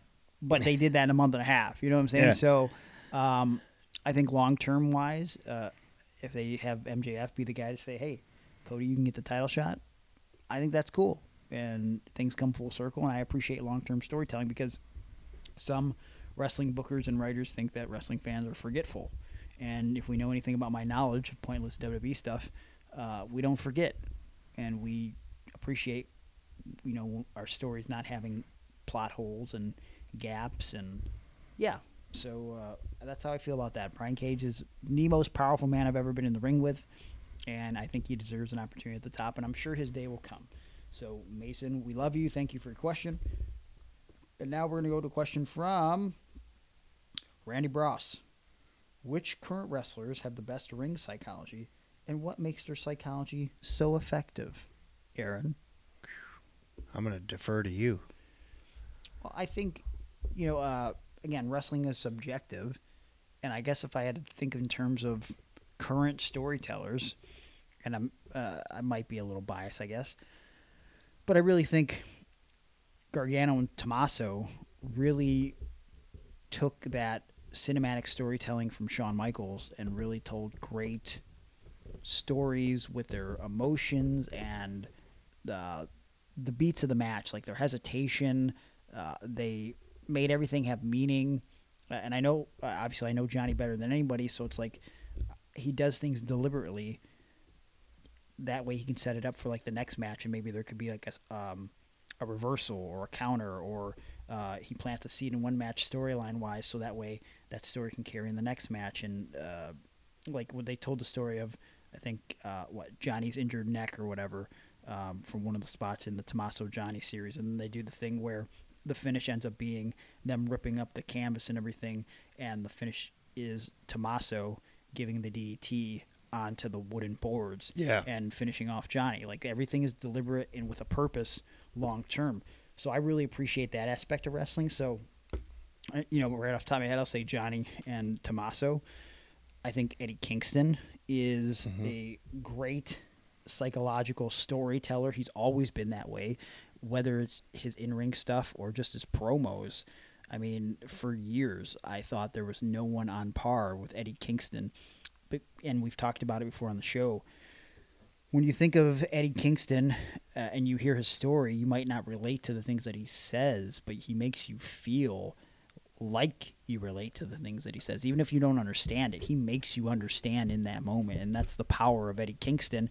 And him being in AEW right now, that's right where he deserves to be, because his talent went unnoticed for too long. Anybody else come to mind for you, Aaron? I like MJF right now. He's great. Yeah, I really think like his storytelling in a match is superb, and he's so young. You know, that's another thing. Yeah, I think he's like 24, 25 now. Yeah, but he's already got a really good grasp on everything. Yeah, and that helped that he worked with great guys on the indies, and he went everywhere. He went everywhere before he got signed to AEW, as far as the biggest promotions on the independent scene. But yeah, I think MJF is a great choice. Oh, can I give you another one? Sure. Brock Lesnar.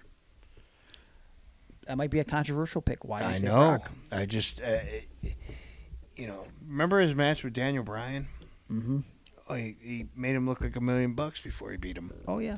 Yeah. Brock's match against anybody? Yeah, listen, I know it wasn't his match singly or whatever, but a lot of people shit on that Royal Rumble in 2020 because he dominated the first half. Yeah, but it was people that don't have patience anymore for long-term storytelling. And this wasn't even long-term. This was like we couldn't wait 60 minutes for a story to play out, right? So people on the internet, when it was happening, and we've talked about it on the show before, Brock was dominating the 2020 Royal Rumble like you would in a video game. Like when someone enters the Rumble and you've mastered this game already and you have it on easy, someone comes in, you throw them right out, and now you wait another 45 seconds for the next person to come out, and then you just eliminate them, and and so on and so on. That's how the first half of that Royal Rumble was booked, and people were bitching. So then by the time Drew came out, and Drew eliminated him and kicked the shit out of him, and Brock took that crazy bump over the top rope where he just looked like he died. All of a sudden, not only was there emotional investment back in the match, but he did something I didn't think was possible at that point with the way he was booked. There was emotional investment in Drew McIntyre. Yeah. And I think that made Drew McIntyre. Mm-hmm. It really did. So, like, Brock, while it's not the Brock that I think most purists loved back in 2002 and 2003 when he was having matches with, like, Kurt Angle on a regular basis or Eddie Guerrero, it's not the same type of match, or even his match with The Rock at SummerSlam 2002. But, like, it's a different Brock, a more dominant Brock. And does the Suplex City shit get boring sometimes or old? Sure. But you can never argue that he still hasn't brought out great matches in guys like, and not that he had to bring it out of them, but like it's these dream matches of him and AJ and Daniel Bryan. And I think one of his best matches since his second run was him and CM Punk at SummerSlam, I think 2013. That was a great match. So it's like Brock always has good matches and delivers when it counts. People don't say this, but I thought the match with Cena, where it was a squash. Oh, yeah. But I thought that was the first brilliant. one. Yeah, Yeah, that was I the thought first it was one. brilliant. So smart. I love that they were doing that because that was right when they went on the network, right? Real Yeah. close to Yeah. And I thought, oh, this is how they're going to do things now, because you don't have to give the fans a competitive match at the main event because they didn't pay for a single pay-per-view. Right. They paid for the network $10 a month. Uh-huh. So I was like, oh, okay, this is how it's going to be from now on. I like that, though. Yeah, and you can't argue also that Brock is a legitimate draw. And, again, people question, and this is getting kind of off topic, but people question whether Cena would have got his spot if Brock didn't leave in 2004. Mm-hmm. I think Cena would have still rose up the ranks and gotten his spot. I don't think Brock would be the star that he is right now, though, if he didn't leave. Because UFC helped make him a bigger star. Yeah. And it helped bring an air of credibility to him. Not that he didn't already have that because he was an NCAA champion, but to be able to go and try football and almost make it to the NFL without going to college for it, pretty impressive. And then when you consider that he just goes in the UFC and becomes the UFC champion, coming from this pretend world of wrestling, you know, people that maybe don't know Brock's legitimate background, and then he comes back to wrestling, there's credibility to that. It's like when Shamrock came into the WWF, like even though UFC wasn't as big at that time, Right. he had an aura about him because he was from this ultimate fighting world. So I don't know. I think I got to agree with you. Brock is incredible at psychology. Anybody else? Oh, I'm sure there's way more people, but, you know, I think we gave good examples. Yeah, and just before we move on, I mean, you know, we touched on him in the matches with Brock, but like AJ and Bryan, still two of my favorites. Their psychology is great. Bryan's the man. I think AJ is basically, you know, this generation Shawn Michaels. So, Bully Ray. okay, yeah, no, yeah, Yeah, no. yeah, no, One or the other. no, yeah. I like Bully Ray. So, yeah, you agree. I agree. Okay. As a man who's called a match with Bully Ray, I was, first of all, impressed that he wasn't a dickhead like everyone says. Yeah. And secondly, the match that me and Gowan had with him and Devon, it was 95% laid out by Bubba.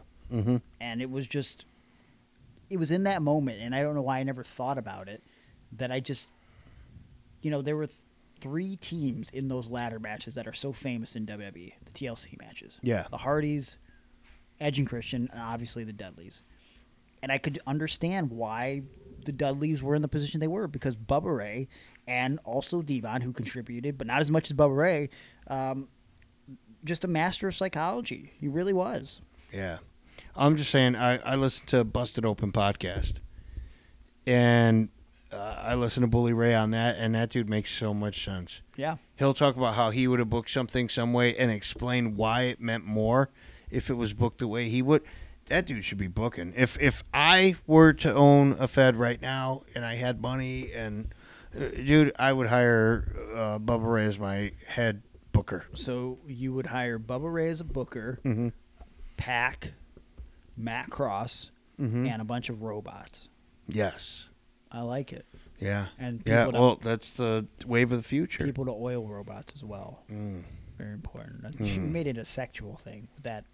What? I don't No, know why you no, would no. do That's that. not what that is. Okay. Kitty want to play. Robot want to play. You know, unrelated. Right. Unrelated, but sort of related. You know, they're making a new cut of Rocky IV, and they're editing out the robot. Okay, right now, this is not a visual podcast. Aaron is doing a robot motion with his arm. Okay. Would you respond to what I just said? Yeah, I don't know why. Why? Because it's like Ewoks or Jar Jar Binks. Well, they were going to come out with it last year, the 40-year re-release of Rocky IV, like a new cut, but for whatever reason it didn't. But it's coming out this year, and I don't know. Sylvester Stallone said he doesn't like the robot being in the movie, so he took it out. Are you sad about that? No, I don't know that I give a shit.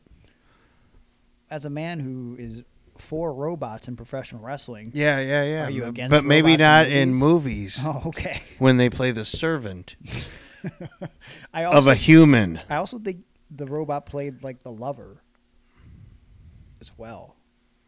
Oh, yeah? Yeah, for I think it was like Paulie's lover. I don't know that that's real. I think they alluded to that for sure. Wow. Okay. I don't remember that. Well, Maybe I didn't, Paulie was I a don't weird have guy. the sick mind that you do, though. So they definitely alluded to the fact that the robot and Paulie were lovers. Mm. So, Well, that's interesting, but no. well. Anyways, so that's What all- about Johnny Five? Hey, that's Eric Ryan's favorite movie. Short Circuit? Short Circuit 2 is his favorite movie, actually. Good gosh. Yeah, we should have talked to him about it. Because, dude, he lights up when you talk about Short Circuit 2. No. Really? Yeah, yeah. He's got like a big movie poster and everything. He loves it. Johnny Five is alive. He loves Short Circuit, man. I don't know if half our or any of our listeners right now have ever seen or heard of Short Circuit. Maybe Eric Phillips. He seems he's around my age. Everybody else is younger. Yeah. Well, You've seen it? yeah. You've seen? Wow. Yeah. What did you think? And how old were you? When I saw it, Yeah. I was What would you say? young. Because I was young. I was Yeah. probably like 11 or 12. Yeah. So you're how many years younger than me? 10? I'm 34. Yeah. How many years am I? You're 69. I set them up, you knock them down. Okay. I like it. We do have some questions from Twitter, and we're going to try to get to some of these. So let's see what we got here. Got a question from Chris Fernandez, who asks, favorite Ren and Stimpy character that's not one of the title characters? Aaron, did you watch Ren and Stimpy? You're laughing. I have no idea what you're talking about. What do you mean? You have I mean, I get it. I heard the show before, but I've never watched a fucking episode. Are you so, kidding me? I will go ahead and say Hugo. Hugo's my favorite character. Okay. Well, I'm going to pick an actual character from the show. I will pick Mr. Horse. That's who I was thinking. Because I always like the straight man approach of, no, sir, I don't like it. I also, not technically a character, but I enjoyed Log. Also had a catchy theme song there. Yeah, that's what I'll go with. And also, Hold on, I'll find out mine. Okay. Coincidentally, I just watched the Nickelodeon documentary that's on Hulu this weekend, and it was actually very, very good. I was a big fan and brought back a lot of memories for me watching Nickelodeon. I'm sure, you watching that documentary, Aaron, it would do the same for you as a huge Nickelodeon fan, right? You know what? I like Nickelodeon, but when I was, I was a different age. You can't do that on television was the number one show. Yeah, that was the whole reason to watch it. Exactly. That's what got it going. But you don't know it. I do know it. And they talked about it in the documentary. Did they? Yes. Oh, I got to watch it then. It's on Hulu. That's what kicked off the whole craze of Nickelodeon when people started believing in it, because it was that program. Ren and Stimpy came out in like 91, 92. So you should have been you probably looked at it like it was a kid show, but there was really a lot of subliminal stuff in Ren and Stimpy. I'm looking at it right now. Yeah. Oh, man. I looked up something online because I was looking for characters. I can't find any. Yeah. So Stinky is my favorite. Okay. Why? He's Stimpy's son. Okay. I also enjoyed Bubba, who right. is Wren's nephew. Okay. And Chihuahua Dog was also a favorite of mine, as well as Manx Cat. Okay. Well, Chris, thank you for your question about Ren and Stimpy, one of the all-time great cartoons. I'm sorry, man. I didn't watch it. It's okay. We forgive you. Sunil187 asks, I heard women with CP are freaks. Any truth to that? Any stories? I'm assuming you mean freaks sexually and not calling them freaks, because then you're a piece of shit. But I don't know why you would ask me that. Only I've been with girls with CP. I've actually been with 0 girls with CP. Though I did ask any wrestling or non-related wrestling questions, so I don't know if girls with CP are freaks in the sheets. Aaron, do you know? Nah, man. Okay, all right. No idea. I don't have sex with anybody. That's the right answer. Yeah, I don't know. I mean, I'm a normal person. 100% of people with CP are normal people. They just happen to have CP. Which, by the way, I want to touch on something though. Why I say that, I had to call Nicole this weekend because as I was watching. Who's Nicole? My girlfriend. Okay. Because I was watching this documentary, and I don't know if you remember this at all. You probably don't. I mean, you remember the situation because you were called AIDS boy. But when Magic Johnson came out that he had HIV, okay? Yeah. One of the things they talked about on this Nickelodeon documentary was they invited Magic Johnson onto the Nick News show because they were trying to, make, like, the one thing they didn't have on Nickelodeon, they had all these other shows for kids, they didn't have a news program. So they invited Magic Johnson on to tell his story, and they had all these kids sitting around Magic Johnson, and the lady co-host, she says, and again, Magic Johnson doesn't know what's the first question is going to be, and she says, "How many of you sitting here have HIV?" And like 3 kids raised their hand, and as soon as that happened, I just started crying, and I'm almost crying just like saying it right now because I did not expect that at all because I don't remember this as a kid. And she looks at the one little girl, the host does, and she goes, "What do you want people to know about HIV?" And the little girl just goes, "That we're just normal people like everyone else." And she starts crying, and Magic Johnson like starts consoling her, and it was really sweet. And so so people with CP, they have, the same emotions and feelings of anyone else. Obviously, there's various degrees of CP, but we all have pretty good frame of mind and everything. So, and we like sex. So, yeah. Do you remember this Magic Johnson thing at all on Nick News? No. Yeah, it's very sad. I was probably past. I didn't. The Nickelodeon thing. That's why I saw it on ESPN because that's where I was at in my life at that point. So I was probably 13 or whatever. And you were all caught up in your own emotions being called AIDS boy. So, No, I hadn't heard about being AIDS boy until he announced it, and then and I had the shoes. I just bought them the day before. We got to point that out. He's being called AIDS boy not because he has AIDS, but because he bought the Magic Johnson shoes. We talked about that on previous episodes. But, who does that? Well, kids are horrible. So and of course. Come on, man. I just wanted to fit in. I just wanted to have, like the kids that had the Jordans. Sure. And I just thought I was getting, I got Magics. Yeah. I'll be popular. Didn't happen. happen. I'd like to announce to the world that I am HIV positive. I'm walking to school the next day. AIDS boy, you must love having AIDS. So fucked up. Kids are the worst, man. I hate them all. No. Another question we got from Santino over on Twitter. He asked, top 10 tracks you would like to see on the next Uncaged album, whether the artist is Jimmy Hart or Jim Johnston. Well, I'm not giving you 10 tracks because I don't know how much time we have left here.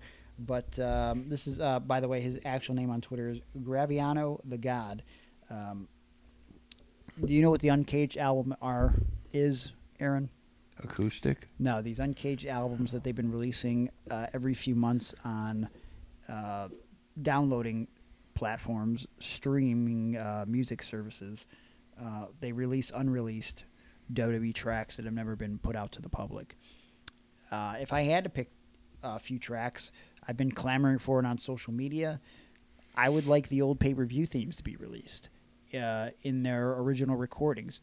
We have the best versions possible on the internet floating around right now, like the WrestleMania Grand Spectacle theme from WrestleMania 6 through 9 or 10 that they used, and the Survivor Series theme. They just released the 91 Survivor Series theme, but I don't think they've ever officially released the original 87 theme or the theme from like 89 and 90, the SummerSlam theme from the 90s. Really love that theme. So any of the pay-per-view themes, really, I would love to see out there. Aaron, are there any themes, and I'll tell you whether they've actually been released or not, that you think are unreleased that you'd like to hear? Brutus Beefcakes. I think The they might have Barber released theme? that. They might have released that already, but yeah, Man. it's a classic. And I'd like it to be remixed. Into what? I don't know, man. What if we put some yeah, or maybe put some lyrics to it or something. What do you think? What do you think the lyrics would What do be? you think? I don't know. Or do you think you could do a mashup between that one and like fucking Gold Dust theme? Okay, hold on. I'm going to pull up the Brutus Beefcake theme right now, and you're going to sing me lyrics to the theme, okay? Yep.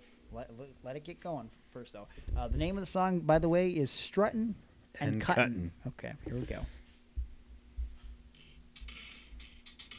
Yo. Turn the music up in my headphones. My name's Brutus. I like to cut hair. And guess what? I'm about to be fair to air. Why is your name in the song? Love cutting hair. Love my friend Air. Okay. He's going to be my manager. We're going on tour. This is awful. Okay, you're done. That's it. Those are the lyrics. This is the end. You are my friend. Love being Brutus. You gotta... There's about 2 minutes and 50 seconds left, so that's it. Yeah. What? No, and then you got to put the hook in there, and then you gotta do the chorus. You literally incorporated your own name into What? the song. Yeah. Okay. I'm making the song up. Yeah. Have you ever heard a rap song before? Everybody puts their name in it. Kate, who's on Patreon as well. Yeah. You could have asked this on Patreon, but she's asking on Twitter. One of your songs on your playlist when you're working out. Mm. Well, I think you'd be surprised by some of the things that I work out to. Let me look at my history of things. Yeah, that look at your little playlist there. I've listened to recently. I was listening to a band called Boys of Fall that I enjoy, but I was also listening to I Prevail, and then I went to Limp Bizkit Ready to Go. Was the song that I was playing? Paramore is on my playlist currently.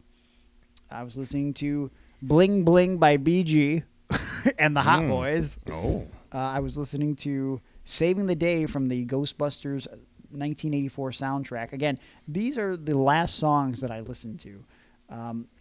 Boys Don't Cry by As It Is. Boys Don't Cry. That's a real song. That's a real song, yeah.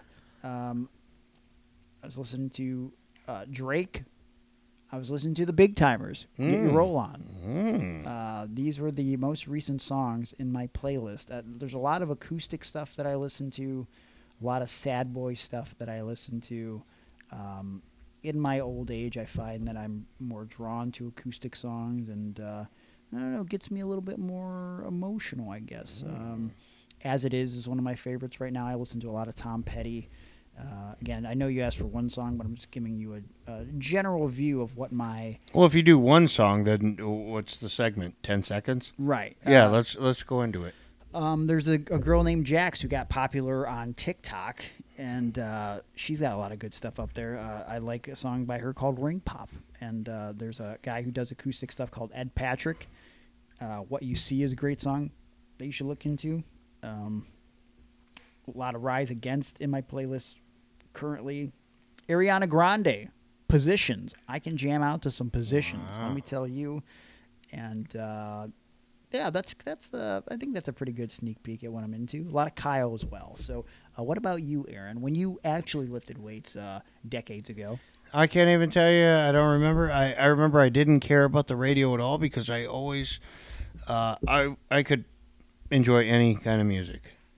And I remember there being a big fight in the weight room one time because if you set a record for, say, most push-ups, Yeah. Then you got to choose what was on the radio station. Oh. So guy, Johnny Rods, who was Wait, what? Johnny Rod. His name was like John Rodriguez or something. But Okay, they called him Johnny Rod or So Johnny Rods. So not the WWE Hall of Fame. Right. Okay, this is not the same guy. Okay. Well, he had been wanting to hear country music. Well, no one wants to hear that in the weight room. And so he set this record, and he got it turned to country music. So then everyone's like records went down, and they had to listen to country music while lifting, right? Everybody had to, yeah. Well, they had to listen to country music. But only momentarily. Because Aaron Armstrong, my brother from another mother, wanted rap music played.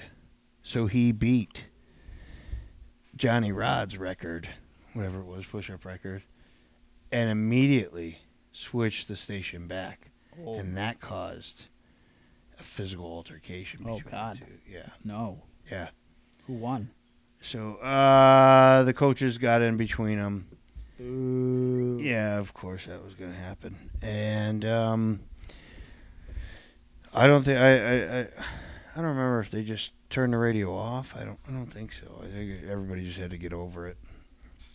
So when I worked out, that was kind of what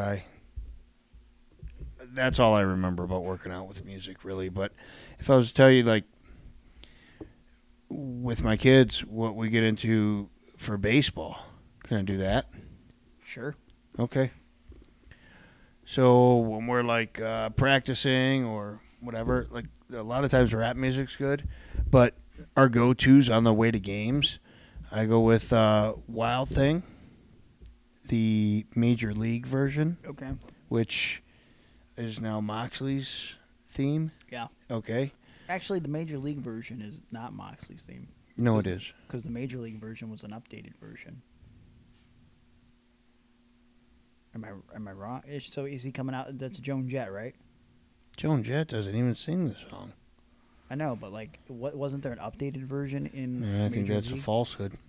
Well, the Major League version is an update, but it's not Joan Jett.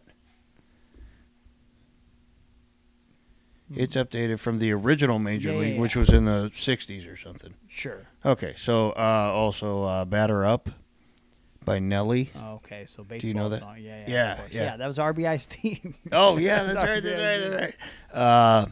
Ba with the Ba. Kid Rock. Yep.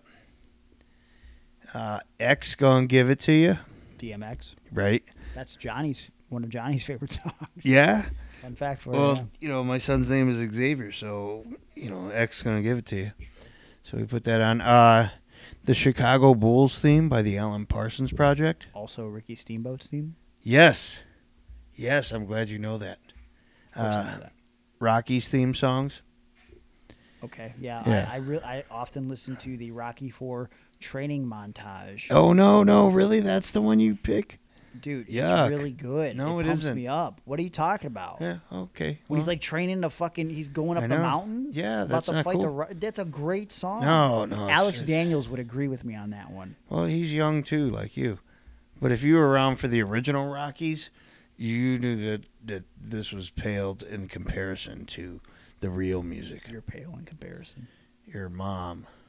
She's very pale and dead. So Okay, well, I liked Wolfpack. the theme? Yeah, and then the Red Rum remix. I don't know what that is. Oh, lucky for you. We're going to play copyrighted music? Okay. No, this ain't copyrighted.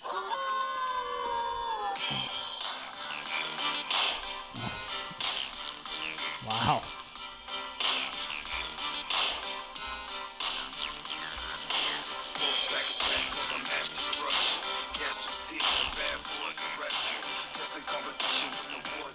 Okay.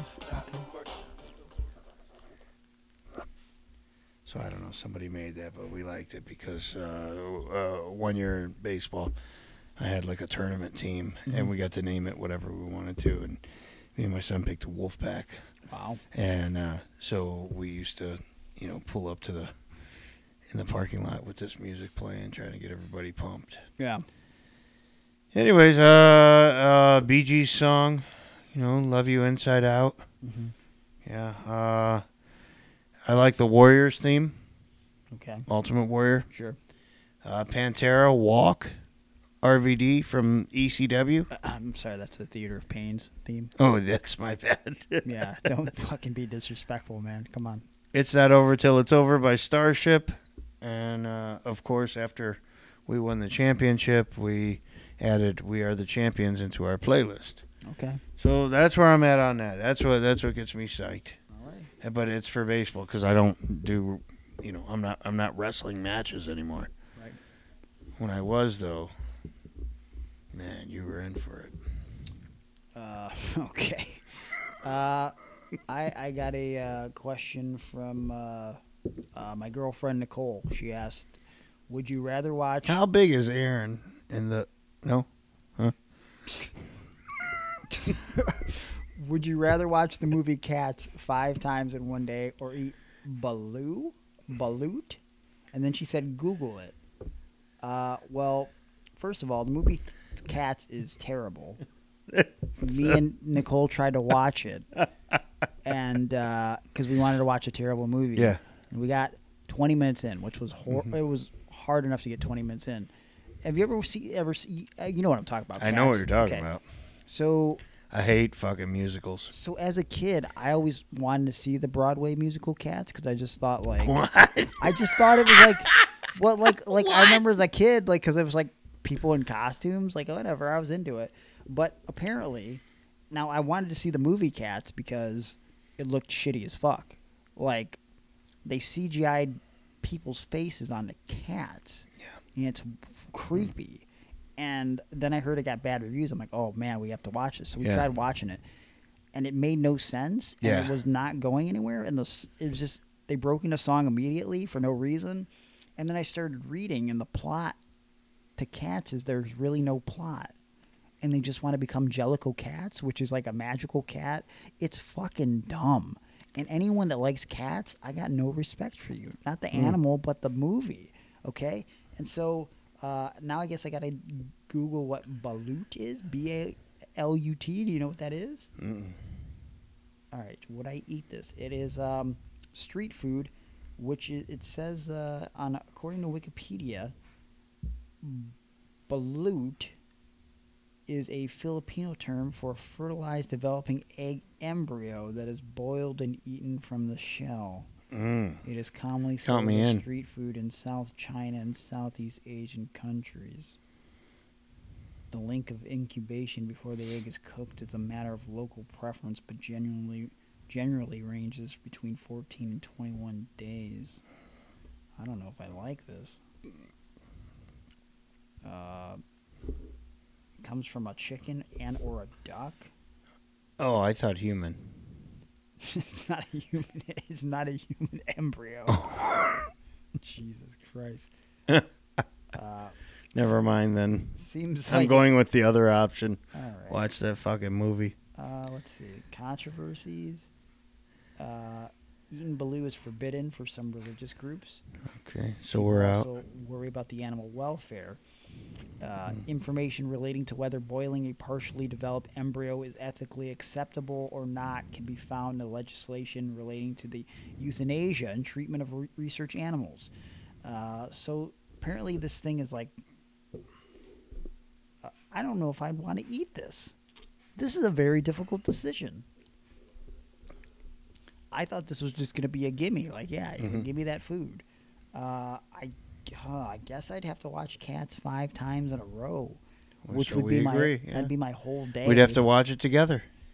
Well, okay. But just imagine, like, we could sit there and, plan out shows.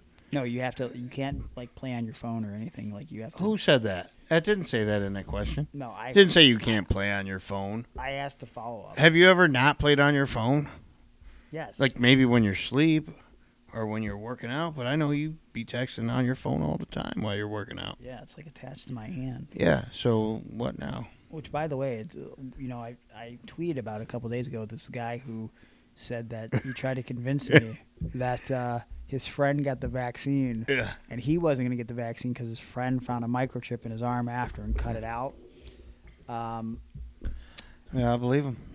This same guy, I'm sure, at some point has gone on the internet and then allowed his phone to know his location, and then just carried his phone around. You know what I mean? Like, what a fucking dipshit. But how do you think the microchip gets through the tiny needle? I don't know. Again, the least painful injection I've ever received.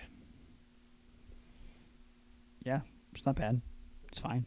The smallest needle ever. Yeah. And a microchip comes through there and then goes into my arm. It's plausible. Is it? No. Okay, and Nicole's twin sister Jessica asked. How you doing, Jessica? Okay.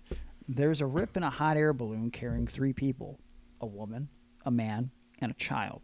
2 people could be saved if one person jumps. The woman knows how to safely fly the hot air balloon. The man knows how to end world hunger, and the child is completely innocent. Who should jump? Child. Why? He's a child. Okay, what? Probably a real piece of shit. Probably wouldn't even appreciate it if you saved him. If you're like, Mom, you gotta go, and then you throw her over, and then you grow up, and the whole time the child's like, hey, you killed Mom! You killed Mom! Well, we don't think this is his mom. It just says a woman, a man, and a child. You killed a woman! You killed a woman! Cancel you, Dad! Oh, no, he's threatening cancel culture. That's not good. Oh, boy. So the child has to jump. He's got to go. He's got to go. Plus, he's going to fall. And, children are resilient. Yeah. He probably would, have the best chance of living. Do you think? Yeah. His bones are still developing. They're probably kind of brittle. Yeah, well, break the bones. They'll still probably live, though. I think I have to agree, though. The man knows how to end world hunger, and the woman can safely... I didn't even remember that part of it. You just wanted the child to die? Okay. He's got to go, man. Children's is bad. And the woman can safely fly the hot air balloon, even though it has a rip in it. I mean, like... Listen to me. She has the experience, I have sat there, and I have taught my son, all my sons, how to throw a ball, how to catch a ball, how to block, how to play football, the hike the ball. I have taught them how to intercept the ball. I have been there for baseball, for football, for soccer, for skateboarding. Okay, all these things. Yeah.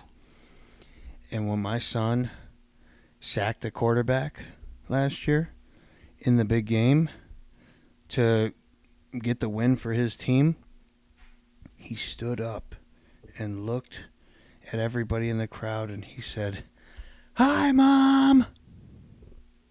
Oh. Wow. What? Yeah. What? That's it. Wow.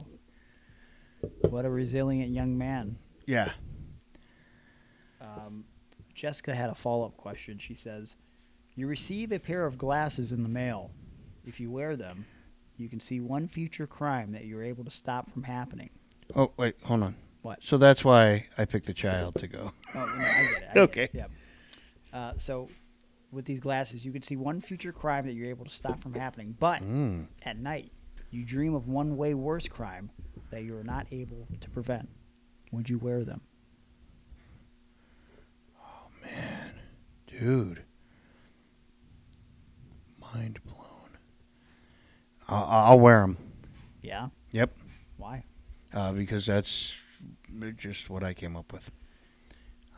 I'll wear them. But you can't stop the... Why? I don't know if I'd wear them at all, because I don't know if I want to stop a bad crime from happening. I don't know if I want to be involved. I can't... Right. I want to be out the game. Like, I should have been more specific to Jess and Nicole, because, hey, am I actually going to stop this crime from happening, or am I just seeing this with my glasses that I could stop the crime? Like, is something bad going to happen to me? Potentially? I don't know. Yeah, you know what? Don't get involved in anybody else's business. Also, I don't want the trauma of knowing of a way worse crime than the one that I stopped. Yeah. So I'm going without the glasses. Yeah, no, F that. On Twitter, Total Mark for Wrestling asked, prefer powder protein? Ooh. Do you have a preferred powdered protein? I have powder or protein? No, that was Because not I used to like the powder. okay, But that was a different time. not the question. Oh, okay. Preferred powdered protein. This must be a question for you. I don't know. Does fucking steak come in a powder form? I don't actually take a powder protein currently. I don't like mixing my protein. I'm lazy. I'd rather buy it in a pre-made container if I buy it, but also I'd like to consume my meals through an actual meal if I can avoid protein drinks. But I used to like, when I did mix powder, Muscle Milk made like a golden graham type flavor that I found to be very delicious. Seemed kind of healthy for you too, based on the nutrition count. I don't know if they still make that, but I was a big fan of that, so that's what comes to mind for me. No, you don't ask the questions. These people are asking the questions. And I think we have one final question here before we close this broadcast. Do you guys have any plans for after wrestling? This is asked by Aaron Morton at Kalis Chrome, Khrom. Any plans for after wrestling? I mean, you're sort of... I'm after wrestling. You're I'm sort of already after wrestling now, yeah. so... But I'm podcasting about wrestling. You are. So what do you do after this podcast ends? Yeah, probably nothing. Nothing in wrestling? No, I don't see anything I want to do. I mean, I don't know. It's fun to like contribute to like storylines and character development and stuff like that, but you know, I don't got a ton of people or any people calling me to do that anymore. No. You know, I think my time has passed, and you know, nobody wants to stay on longer than what they're supposed to. Yeah. I don't know. I mean, I was really happy about the motivational speaking stuff I was starting before the pandemic. I hope to do more of that. I have thought about schooling. The thing that pops in my brain for some reason is being a teacher for adults with developmental disabilities or children with developmental disabilities. So I don't know. That's where I go in my head. So I don't know. I just kind of want to follow my heart and do what makes me happy and make a decent living at it. And that's kind of been the goal with wrestling. I don't want to be rich. Contract would be nice, but just being able to make a living at wrestling would be the dream. So anything that allows me to be happy and make money, let's do it. So that's kind of where I'm at. And that is all the questions we're going to do for this week. Hold on, I got one here. What do you got? No.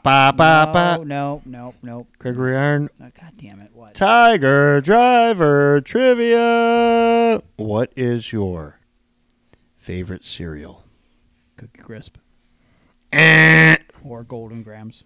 Ding, ding, ding. What? Yep. Congratulations. Wait, you let me change my answer? Yep. Yeah. So now that you have the second place answer. Okay. Yep.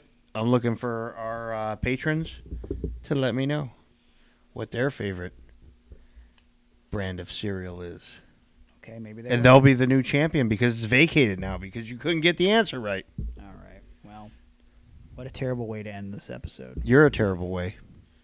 Anyways, it was a good Q&A. Thank you guys for sending all of those in. Next week, we hope to return with a guest.